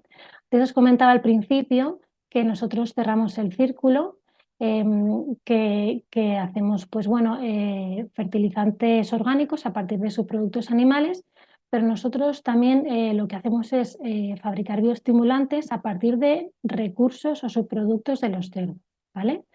Lo que hacemos es producir aminoácidos. Estos aminoácidos lo que hacen es aumentar la actividad microbiana en los suelos, cuyo beneficio es movilizar nutrientes y mineralizar materia orgánica. Por lo tanto, lo que hacemos es incrementar la cosecha de nuestros cultivos aplicando menos insumos y menos fertilizantes y siendo más eficientes. Y bueno, con este producto que incluye Fisolamino-Sud, que incluye lo que es la parte de bioestimulación y la parte de inhibición de la ureasa, hemos hecho diferentes ensayos. Estos ensayos han sido llevados a cabo por gente nuestra, ¿vale? Nosotros tenemos la calle en torno a 300 trabajadores y bueno, con diferentes clientes pues han llevado a cabo estos ensayos, ¿vale? Por lo tanto son ensayos verídicos. Con Regras en A Coruña, aquí hemos obtenido un incremento en 31%, cebada Boley 14%, y aquí en este llevado a cabo en Teruel también con cebada Boley, un 18% con nuestro producto, y comparando con el inhibidor de la nitrificación que antes comentaba, que este producto actuaba un poquito más tarde, sí que se ven diferencias en lo que son los rendimientos, ¿vale? Por lo tanto, pues bueno, se confirma lo que decíamos, ¿no? Que cuanto antes empecemos a tratar en ese ciclo del nitrógeno, pues va a ser, al final vamos a obtener unas mejores cosechas y mejores beneficios. Y bueno, hasta aquí todo. Si hay cualquier duda, pues bueno, aquí tenéis mi correo y luego en la ronda de preguntas, pues si queréis hacer alguna consulta más, estaré encantada. Muchas gracias. Muchísimas gracias, Begoña. Bueno, pues sin más, vamos a pasar ahora a mi presentación. Voy a compartiros pantalla. Venga, pues mirad, el título de la presentación, como ha comentado Carlos, se denomina reducción de las pérdidas de nitrógeno en los residuos orgánicos, pero claro, también tenía que agregarle los fertilizantes porque ineludiblemente ya habéis visto a lo largo de todas las charlas que se han hecho, en las magníficas ponencias que se han realizado, pues finalmente la materia orgánica que es susceptible de mineralizarse termina convirtiéndose en elementos o en elementos inorgánicos, ¿no? Claro. Centrar el tema este en las emisiones de amoníaco ya se ha estado comentando por muchos de los ponentes, pero la pregunta que nos podríamos hacer con respecto al sector primario es que generan las emisiones de amoníaco y generan evidentemente unos costes para el agricultor, pues representa una reducción directa del nitrógeno disponible para favorecer el rendimiento. También un coste para la sociedad, pues se gastan más de 6.000 millones de euros al año en asistencia sanitaria para tratar enfermedades respiratorias causadas por emisiones de amoníaco. Y por supuesto, en lo que más se ha hecho incidencia hoy, que es en el daño medioambiental, puesto que el amoníaco en su forma gaseosa pues tiene la posibilidad, como veis, de viajar largas distancias como un contaminante más en el aire y sobre todo generar una problemática medioambiental asociada que es la acidificación de la tierra y el agua que puede llevar o conllevar a otros problemas medioambientales, ¿no? Con respecto a, evidentemente, esa volatilización de amoníaco, pues como veis, no solamente sería volatilización de amoníacos, aunque nos vamos a centrar en el amoníaco, sino que también podría ser determinado tipo de óxidos de nitrógeno, ¿vale? Y todo eso tiene, evidentemente, implicaciones medioambientales. Como ya he dicho, contaminación del aire, la eutrofización de cuerpos, como puede ser una masa de agua o el agua. Y luego, evidentemente, para mitigar estos efectos, pues los agricultores deben de adoptar prácticas de manejo más eficientes, como es la aplicación, así generalizando bote pronto, como es la aplicación de fertilizantes en momentos y condiciones climáticas adecuadas, la utilización de inhibidores de nitrificación y la incorporación de tecnologías más avanzadas que minimicen la volatilización del nitrógeno. Se han comentado algunas y, evidentemente, pues me gustaría poner un poco sobre la presentación y como conocimiento para todo, un poco pues las que tenemos aquí en la presentación. Repito, como implicaciones medioambientales, recordad, esa volatilización de amoníaco afecta a la calidad del aire, muy importante, a la eutrofización y a la acidificación, ya se ha comentado. Para que hagáis una idea de cifras a nivel escalado, pues tenemos que se calcula que las pérdidas de nitrógeno por volatilización en forma de amoníaco se encuentran entre un 0,9 y un 64% del nitrógeno que se aplica. Se ha puesto de manifiesto y además nosotros aquí en muchos ensayos de compostaje lo hemos cuantificado. Una de las problemáticas iniciales que teníamos con el compostaje de todos los subproductos hortícolas de la horticultura intensiva era que cuando se producía la fase termófila, en ese proceso de compostaje, normalmente se solía perder del orden de entre un 40 y un 50% del nitrógeno en forma amoniacal, ¿no? Pero para que veáis, estamos hablando de que es una media de un 17,6% de pérdidas, pero en el sur de Asia se pueden llegar a tener unos promedios en pérdida del 30,7%, seguido por Norteamérica con un 17,5%. Y evidentemente Europa, pues sería la región que menos pérdidas de nitrógeno tiene, con una media del 13%. Si atendemos a kilogramos de nitrógeno volatilizado por hectárea y ciclo de cultivo, estaríamos hablando de 37,5 kilogramos de nitrógeno por hectárea, 22,2 kilogramos de nitrógeno y 17 kilogramos. Es decir, que no estamos hablando de cantidades despreciables, sino que representan una UFT bastante considerable, ¿no? Y precisamente por esa razón, con referencia a cifras y datos relevantes, bueno, pues ahí veis que según la Agencia Europea del Medio Ambiente, las emisiones de amoníaco en la Unión Europea sí que han disminuido un 24% entre 1990 y 2017, todo fruto de las regulaciones más estrictas y que evidentemente irán en aumento. Dicha normativa estricta si no se van consiguiendo esos hitos. En España las emisiones de amoníaco han disminuido en un 16% en ese periodo de tiempo, según la Agencia Europea del Medio Ambiente. Tener la idea de que la agricultura es la principal contribuyente a las emisiones de amoníaco en la Unión Europea, representando aproximadamente el 94% de las emisiones totales. ¿De acuerdo?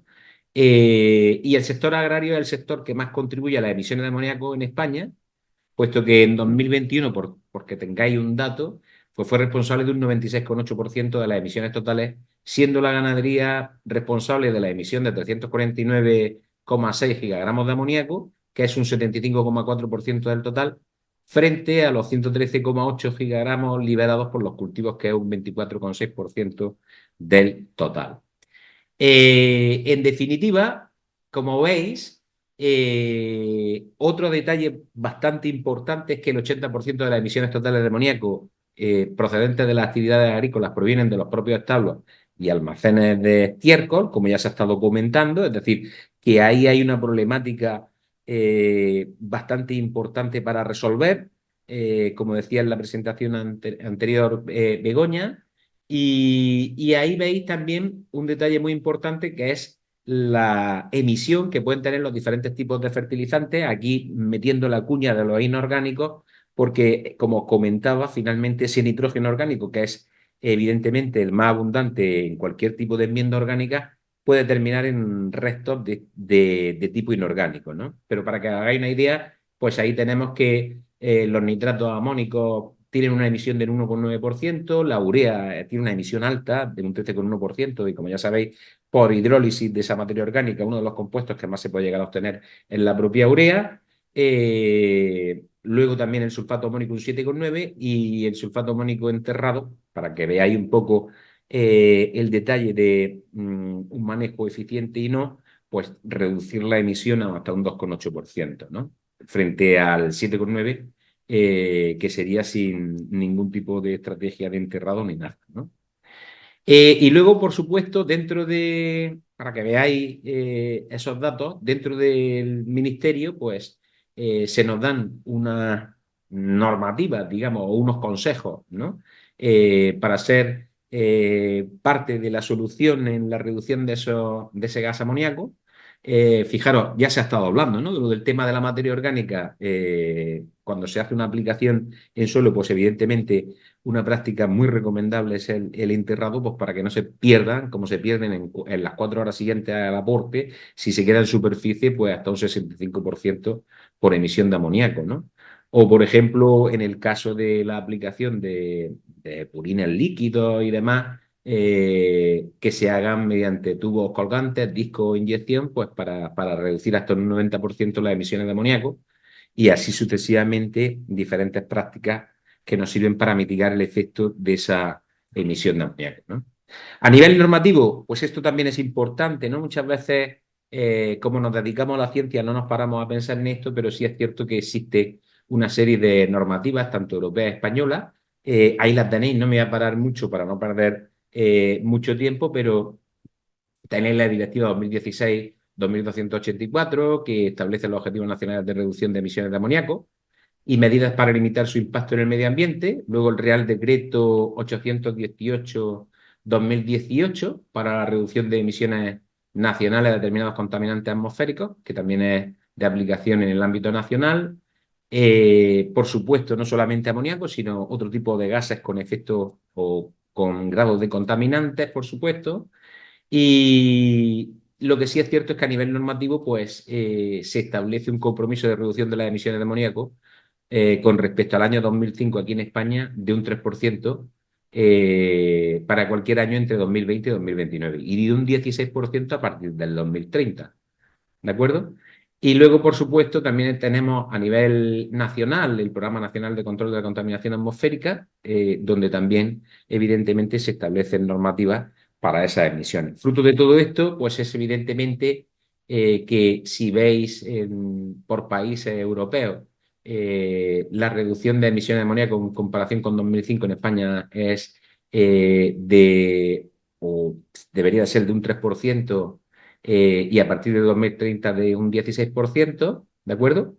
Y en otros países, pues dependiendo un poco de ese grado de contaminación y de emisión, pues puede ser un poquito más amplio. Aquí veis también los compromisos de reducción en SO2 y óxidos de nitrógeno, porque vuelvo a repetir que ese nitrógeno orgánico fundamentalmente se puede volatilizar en forma amoníacal, que sería lo cuantificablemente más significativo, pero también en otro tipo de óxidos de nitrógeno, y ahí en ese caso, pues la reducción de este tipo de gases, estaríamos hablando de que se deberían de hacer entre un 67% y entre 2020 y 2029 y a partir de 2030 de un 88%. Bien. Con todo esto, fijaros, tenemos el tema del nitrógeno de una enmienda orgánica o el nitrógeno en el suelo, y tenemos que tener claro lo siguiente, que con respecto a la enmienda orgánica fundamentalmente está constituida por nitrógeno orgánico, pero a través de ese proceso de mineralización o cualquier otro tipo de proceso termina transformándose en un inorgánico. Y entonces eso va a ser muy importante a la hora de establecer diferentes metodologías o aplicación de tecnologías que reduzcan esa emisión, sobre todo amoníacal, como estamos viendo, ¿vale? Muy importante, muy importante, muy importante también para hacer una mitigación adecuada y saber exactamente en qué grado de reducción estamos hablando, sería la caracterización de cada ciclo biogeoquímico, en este caso del nitrógeno, y considerar un poco todos los inputs y todos los outputs que puede tener el ciclo propiamente dicho.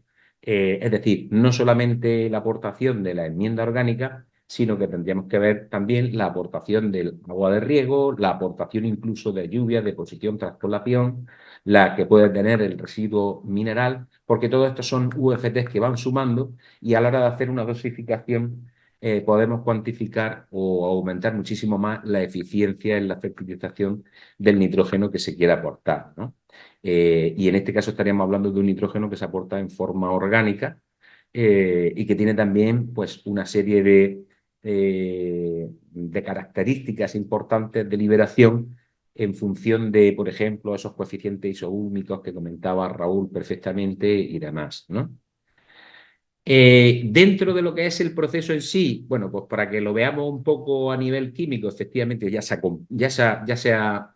se ha hablado, ¿no? Al respecto, pero para que lo veáis, ahí veis perfectamente cómo efectivamente la materia orgánica, tras sufrir esa mineralización, humificación, llamarlo como queráis, porque básicamente consiste en una mezcla de moléculas orgánicas procedentes de la propia materia orgánica fresca con los restos descompuestos de los diferentes microorganismos que existen, pues se genera en última instancia probablemente compuestos orgánicos moleculares simples y probablemente no, seguro. Y esos compuestos moleculares orgánicos simples pueden ser urea o pueden ser cualquier tipo de amida o cualquier tipo de aminoácido o cualquier tipo de azúcar que finalmente por hidrólisis termina liberando CO2 y si son compuestos nitrogenados, como es el caso de un posible aminoácido, o la urea liberar amonio, ¿no? Liberar amonio que, como bien decía Begoña, es un líquido, pero que es susceptible de sufrir un equilibrio en el cual se va a desprotonar y se volatilizaría el medio ambiente liberándose. Y esa es la problemática que tenemos. Es decir,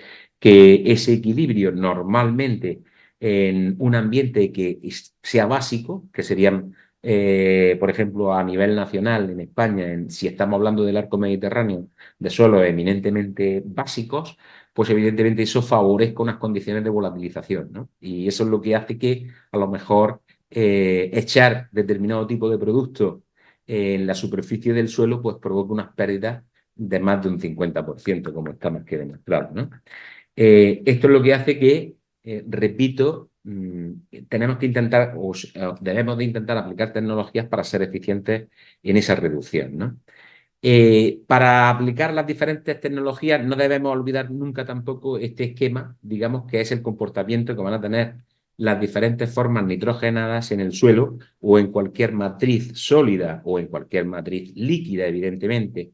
Pero vamos, que en este caso está más expuesto para el tema de los suelos y ahí veis que en un suelo yo puedo tener unas condiciones aeróbicas si ese suelo está bien aireado y demás, pero también puedo tener unas condiciones anaeróbicas si existen condiciones de anoxia por falta de oxígeno, precisamente porque a lo mejor hay un exceso de material fino, haya un fenómeno de compactación, haya un fenómeno de inundación que dé lugar a que los contenidos de humedad sean excesivamente altos. Y en función de todo eso, pues saber un poco, es decir, que para ser eficientes en una medida tecnológica disponible en reducción de emisiones, también tenemos que no dar la espalda a qué puede estar pasando en el suelo con esas diferentes formas de nitrógeno, ¿no? Si ese nitrógeno orgánico está sufriendo una transformación en condiciones aeróbicas a nitrito, después a nitrato por nitrificaciones, o sin embargo está haciendo digamos, desnitrificación, ¿de acuerdo? Y está pasando en condiciones reductoras a ese amoníaco, porque las condiciones no son tan aerobias. Y por supuesto, otro conocimiento importante, que por eso me gusta poner este esquema, es que a su vez, para controlar cada una de esas etapas, pues tenemos una serie de microorganismos eficientes que nos pueden servir de obreros para conseguir el objetivo, ¿no? Mirad, esto es simplemente el ejemplo de una de las recomendaciones que se hace en reducción de emisión de amoníaco que es el uso de inhibidores, como ha dicho Begoña antes, y sin inhibidores, ¿no? Es decir, tenemos ahí la urea sin inhibidores que rápidamente entra en contacto con la enzima ureasa en el suelo y se produce una hidrólisis inmediata que da lugar a la volatilización, ¿no? Por eso dicen que cuando hacemos una aplicación de urea en superficie, pues se pierde también una cantidad ingente de ese fertilizante en forma amoniacal y que lo único que está generando un problema medioambiental, y de las UFTs que ya había calculado pierdo la mitad nada más que en la aplicación directa, ¿no? Sin embargo, con inhibidores o enterrándolo también, por supuesto, y si lo enterramos con inhibidores mejor, pues evidentemente habría un bloqueo de la ureasa con ese inhibidor y eso permitiría que la hidrólisis de la urea fuese mucho más gradual y se liberara a medio y largo plazo, ¿no? Que es lo que se busca realmente. Bien, dentro de todo esto, pues para ponernos un poco en antecedentes, en la materia orgánica es importante el estudio de las fracciones activas. Aquí no me voy a meter porque no es la temática correspondiente, pero sí que quería ya, la ha comentado perfectamente Raúl, creo que ha dado una charla fantástica, ¿no? De las posibilidades que puede tener el compost. Y lo que yo quería simplemente aquí presentaros, pues es estrategias que ya hemos publicado en un review que hicimos, estrategias de cómo aumentar la funcionalidad empleando biotecnología de microorganismos para aumentar un poco la fijación biológica del nitrógeno, la solubilización del fósforo, estimulantes y, por supuesto, no olvidarnos también de esos famosos coadyuvantes que comentaba Raúl y que en este caso nosotros aquí hicimos modificaciones químicas con agentes enmendantes del compost, concretamente utilizando materiales se hizo en su momento una patente de desarrollo industrial porque era un compuesto que nosotros llamábamos organoceolítico, ¿no? Porque era una enmienda orgánica que se coadyuvaba con zeolitas, que es un material que tiene un sistema poroso bastante desarrollado y que tiene la característica de entrapar el amoníaco. Entonces, cuando hacíamos el compostaje en fase termófila, que es donde fundamentalmente se puede perder ese amoníaco, lo que hacíamos era entraparlo en esos microcanales y luego, al incorporarlo al suelo como enmienda, esa enmienda organoceolítica, pues a medida que iba siendo atacada o, digamos, dominada por microorganismos que ejercían la función de la nitrificación, pues iban transformando directamente ese amoníaco a nitrato que posteriormente sirve de nutriente en la solución a lo que es el cultivo en sí, ¿no?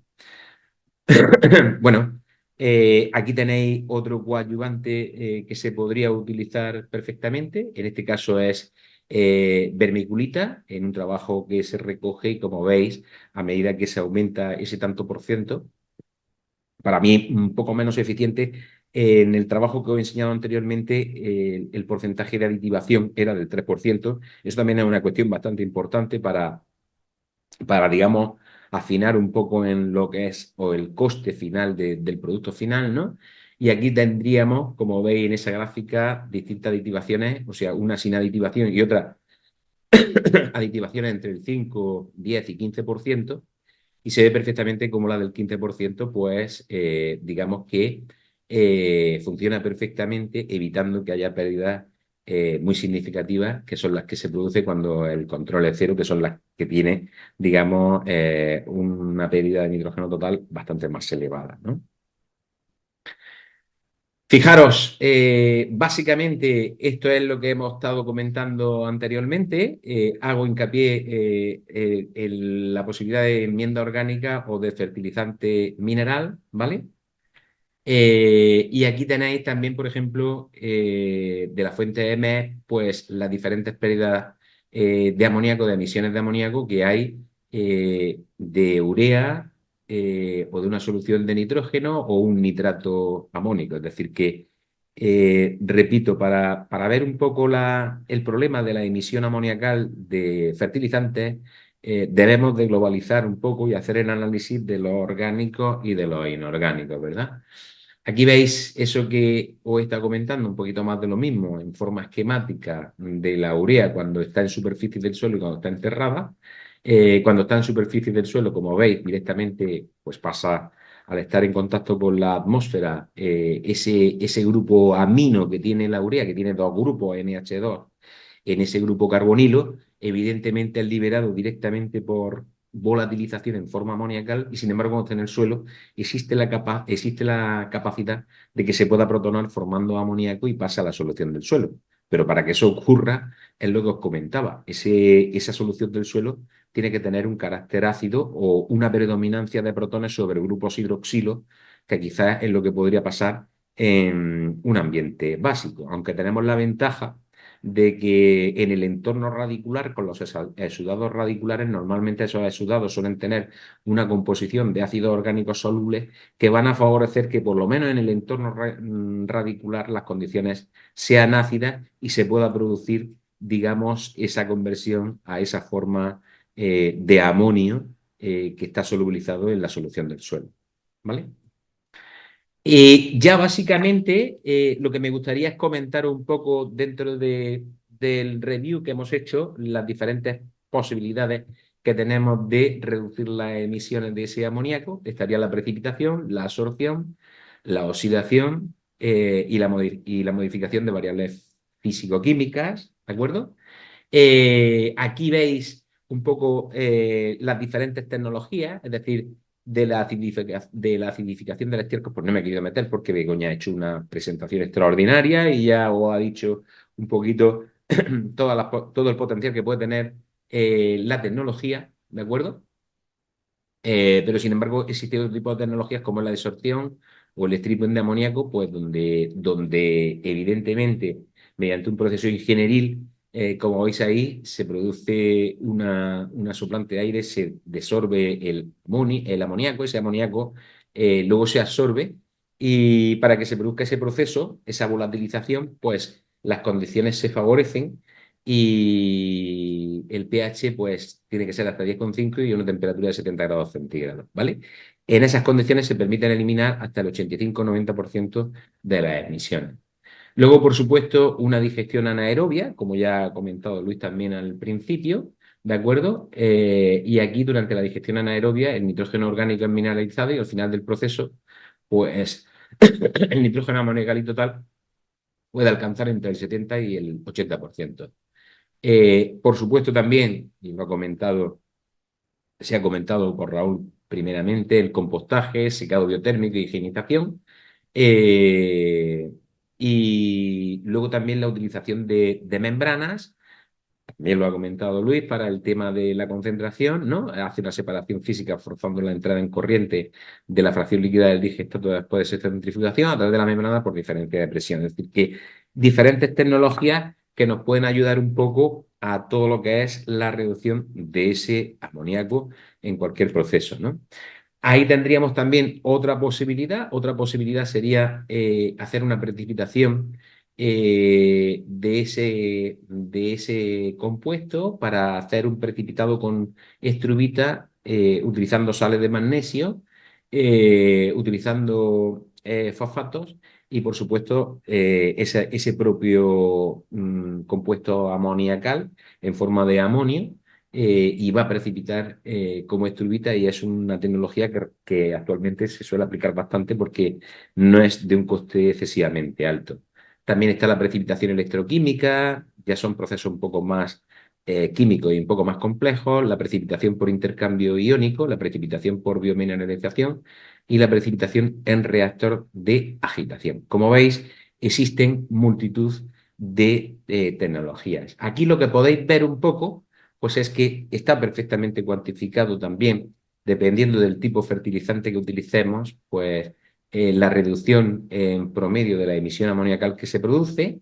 Ahí veis en azul los que producen una emisión considerable, es decir, que se reducen con respecto a la urea, que es la que se toma como referencia, y veis que hay reducciones del 21,26%, por ejemplo, en el fosfato monoamónico, del 22% en el nitrato de calcio amonio, del 16% en el fosfato diamónico, etcétera, ¿no? Y luego veis una serie de compuestos que ya son mezclas de urea con otro tipo de fertilizantes y como veis, pues ya la reducción en emisiones no son tan claras, sino que incluso a veces pues se produce una emisión significativa, como en el caso del bicarbonato amónico del 9,39%, o de la urea más nitrato amónico del 9%. O sea, yo creo que este tipo de conocimiento también es muy importante para cuantificar dentro de esas emisiones amoníacales totales cómo puede influir una enmienda orgánica, pero también los fertilizantes de tipo o insumos de tipo inorgánico que se puedan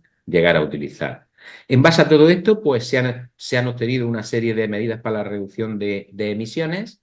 Ahí veis unas medidas preventivas y unas medidas paliativas, la rotación de cultivos, las cubiertas, el laboreo, pues que no haya un laboreo, haya un mínimo laboreo, que se utilicen cubiertas vegetales, que por supuesto, se haga un uso eficiente del agua para evitar lisiviaciones, para evitar anoxia y condiciones anaerobias, que se aplique biochar con el tema de aumentar un poco la capacidad recalcitrante y la mejora del intercambio nutricional y la absorción nutricional del suelo, la inyección de purines por lo que hemos visto antes de la emisión, y en definitiva, optimización de fertilización, uso de inhibidores y residuos de cultivo y sus productos de la industria agraria. Como veis, estas son todas las medidas recogidas, ¿de acuerdo? Y simplemente deciros que, como conclusión final, la volatilización del amoníaco a partir de fertilizantes nitrogenados, pues es un proceso que tiene implicaciones medioambientales significativas y, sin embargo, mediante la implementación de medidas de mitigación y el cumplimiento de la normativa es posible minimizar los impactos negativos y avanzar hacia una agricultura más sostenible y amigable con el medio ambiente. Esto es fundamental para garantizar un suministro de alimentos seguros y sostenible a largo plazo. Y así más, finalizo mi presentación. Bueno, pues si os parece, voy a dejar ahora de compartir. Bueno, pues si os parece, me gustaría que activarais ya todas las cámaras, ¿de acuerdo? Al final son las 6:19, más o menos hemos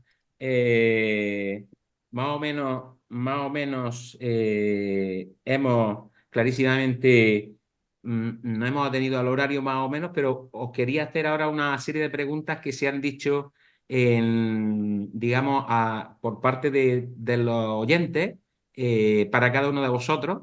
Y si os parece, pues me las vais contestando o las voy lanzando y me las vais contestando en la medida de lo posible, sin demorarnos mucho, sin extendernos mucho, puesto que el tiempo que tenemos ya es un poquito limitado, ¿vale? Es decir, la idea es que sobre las 18:30 terminemos esta jornada, este webinar. ¿Os parece? Raúl, comentan que en la extracción de aceite se producen residuos muy ricos en lignina como afrechos y cascarillas. ¿Se podrían compostar? Pues la verdad que estamos trabajando en ello, tenemos ahora mismo 2 tesis funcionando en eso. Alpechín y alperujo son materiales conocidos de la industria del aceite de oliva que son fácilmente compostables, aunque los ciclos de compostaje son largos, que significa que se calientan durante mucho tiempo. Luego hay otros sólidos que están en el mundo de las orujeras, que ya son más recalcitrantes porque tienen más grasas, más lípidos, y su compostaje pues es más conflictivo.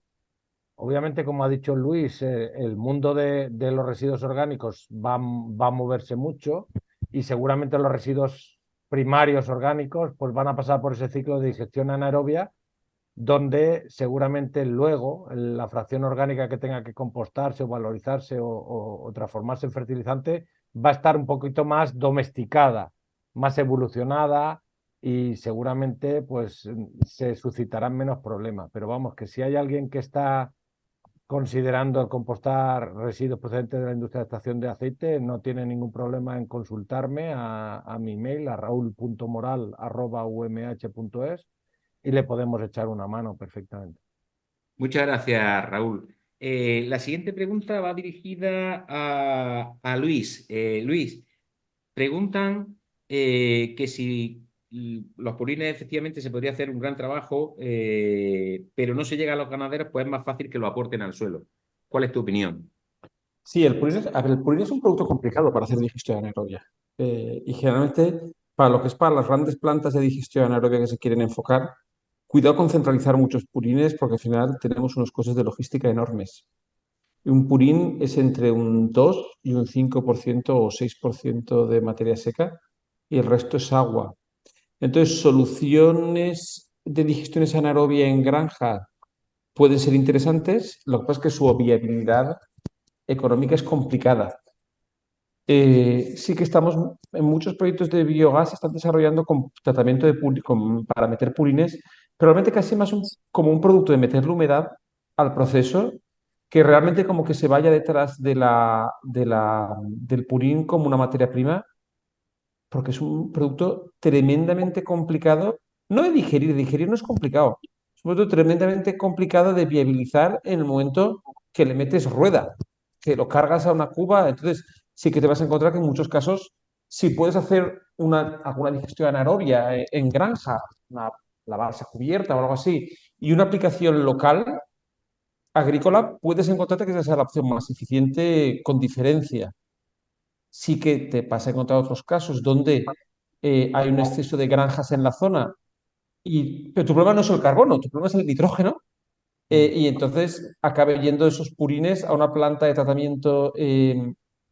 tratamiento centralizado, donde ahora el biogás lo que te da es una herramienta muy interesante, sobre todo el biometano, para poder vender tu biometano a precios muy buenos, sobre todo el que viene de purines o estiércoles, porque tiene una huella de carbono negativa y se está pagando muy bien ese biometano. Pero el biogás no es una solución mágica que vaya a hacer que los purines se puedan tratar y que incluso sea un negocio el tratamiento de purines solo por la venta de la energía. Es un producto muy complicado que lleva muy mal la logística. A partir de ahí, pues soluciones en granja bien y soluciones donde no haya tratamientos posibles donde la agricultura local no sea capaz de absorber todo ese nitrógeno. Y entonces ahí, bueno, pues las plantas centralizadas y el biogás seguramente va a tener mucho que decir como opción menos mala. Wow.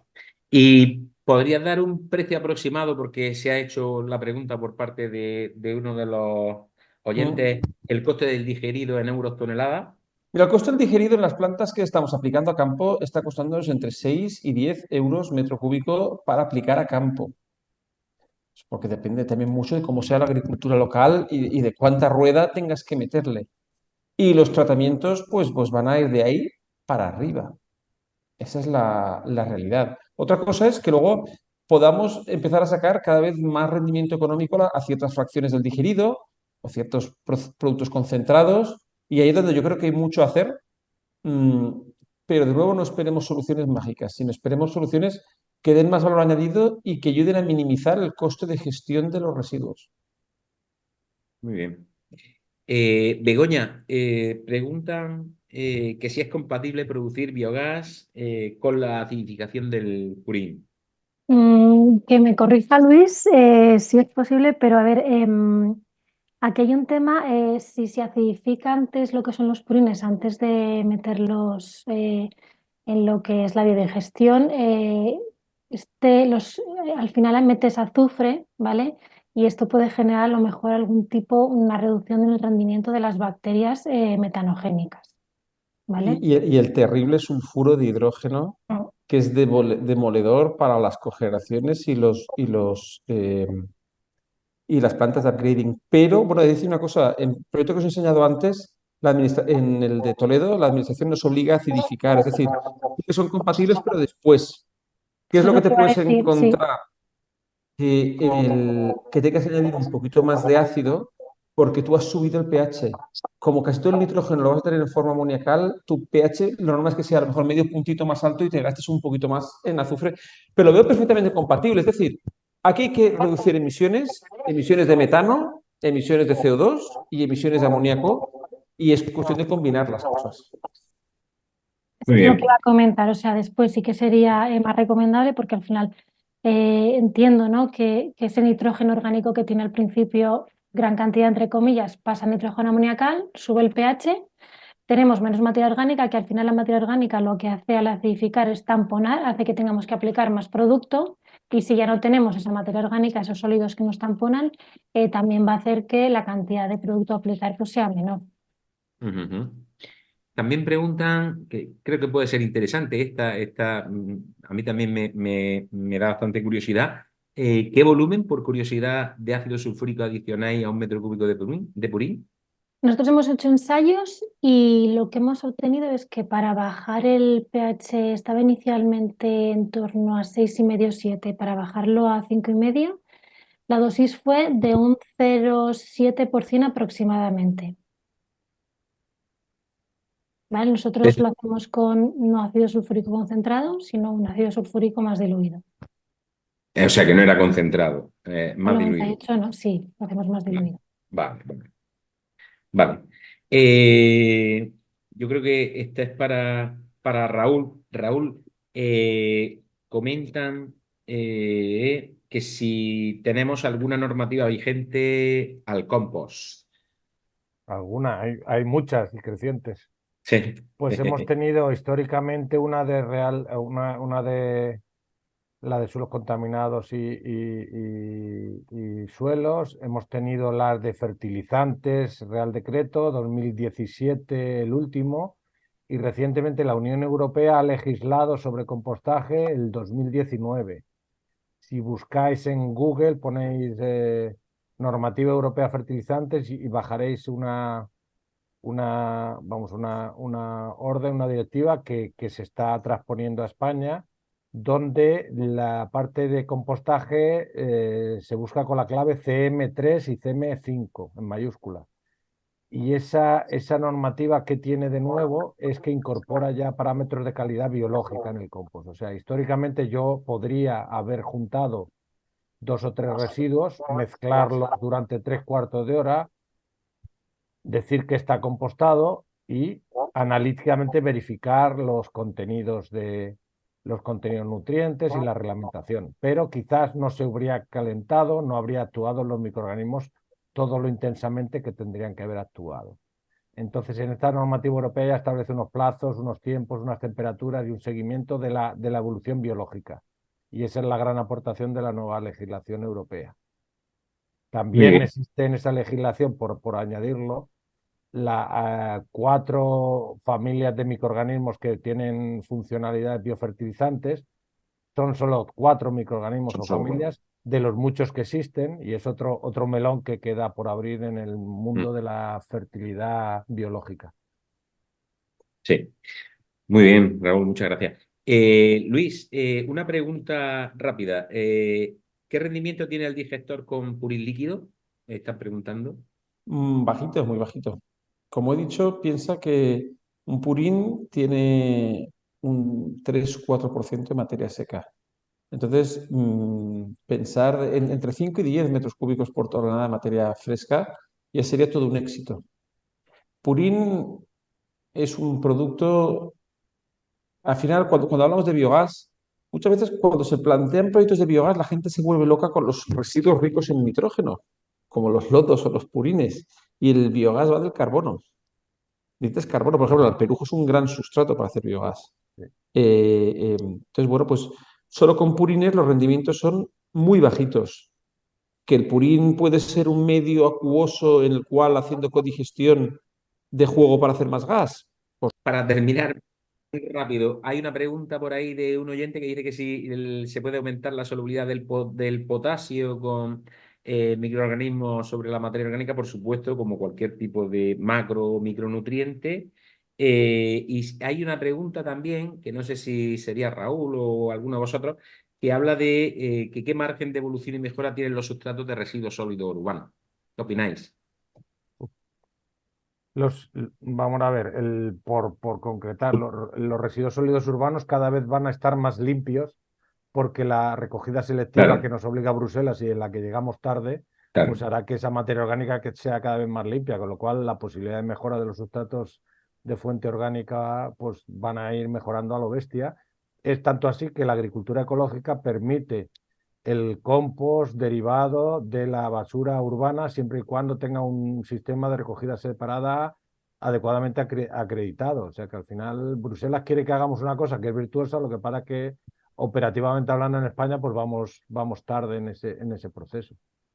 Por contaros algo, la Universidad Autónoma de Barcelona está utilizando los sólidos urbanos separados adecuadamente para producir biofertilizantes, Bacillus thuringiensis, mediante una cosa rara que se llama fermentación en estado sólido. Y es una tecnología que nos irá sonando poco a poco.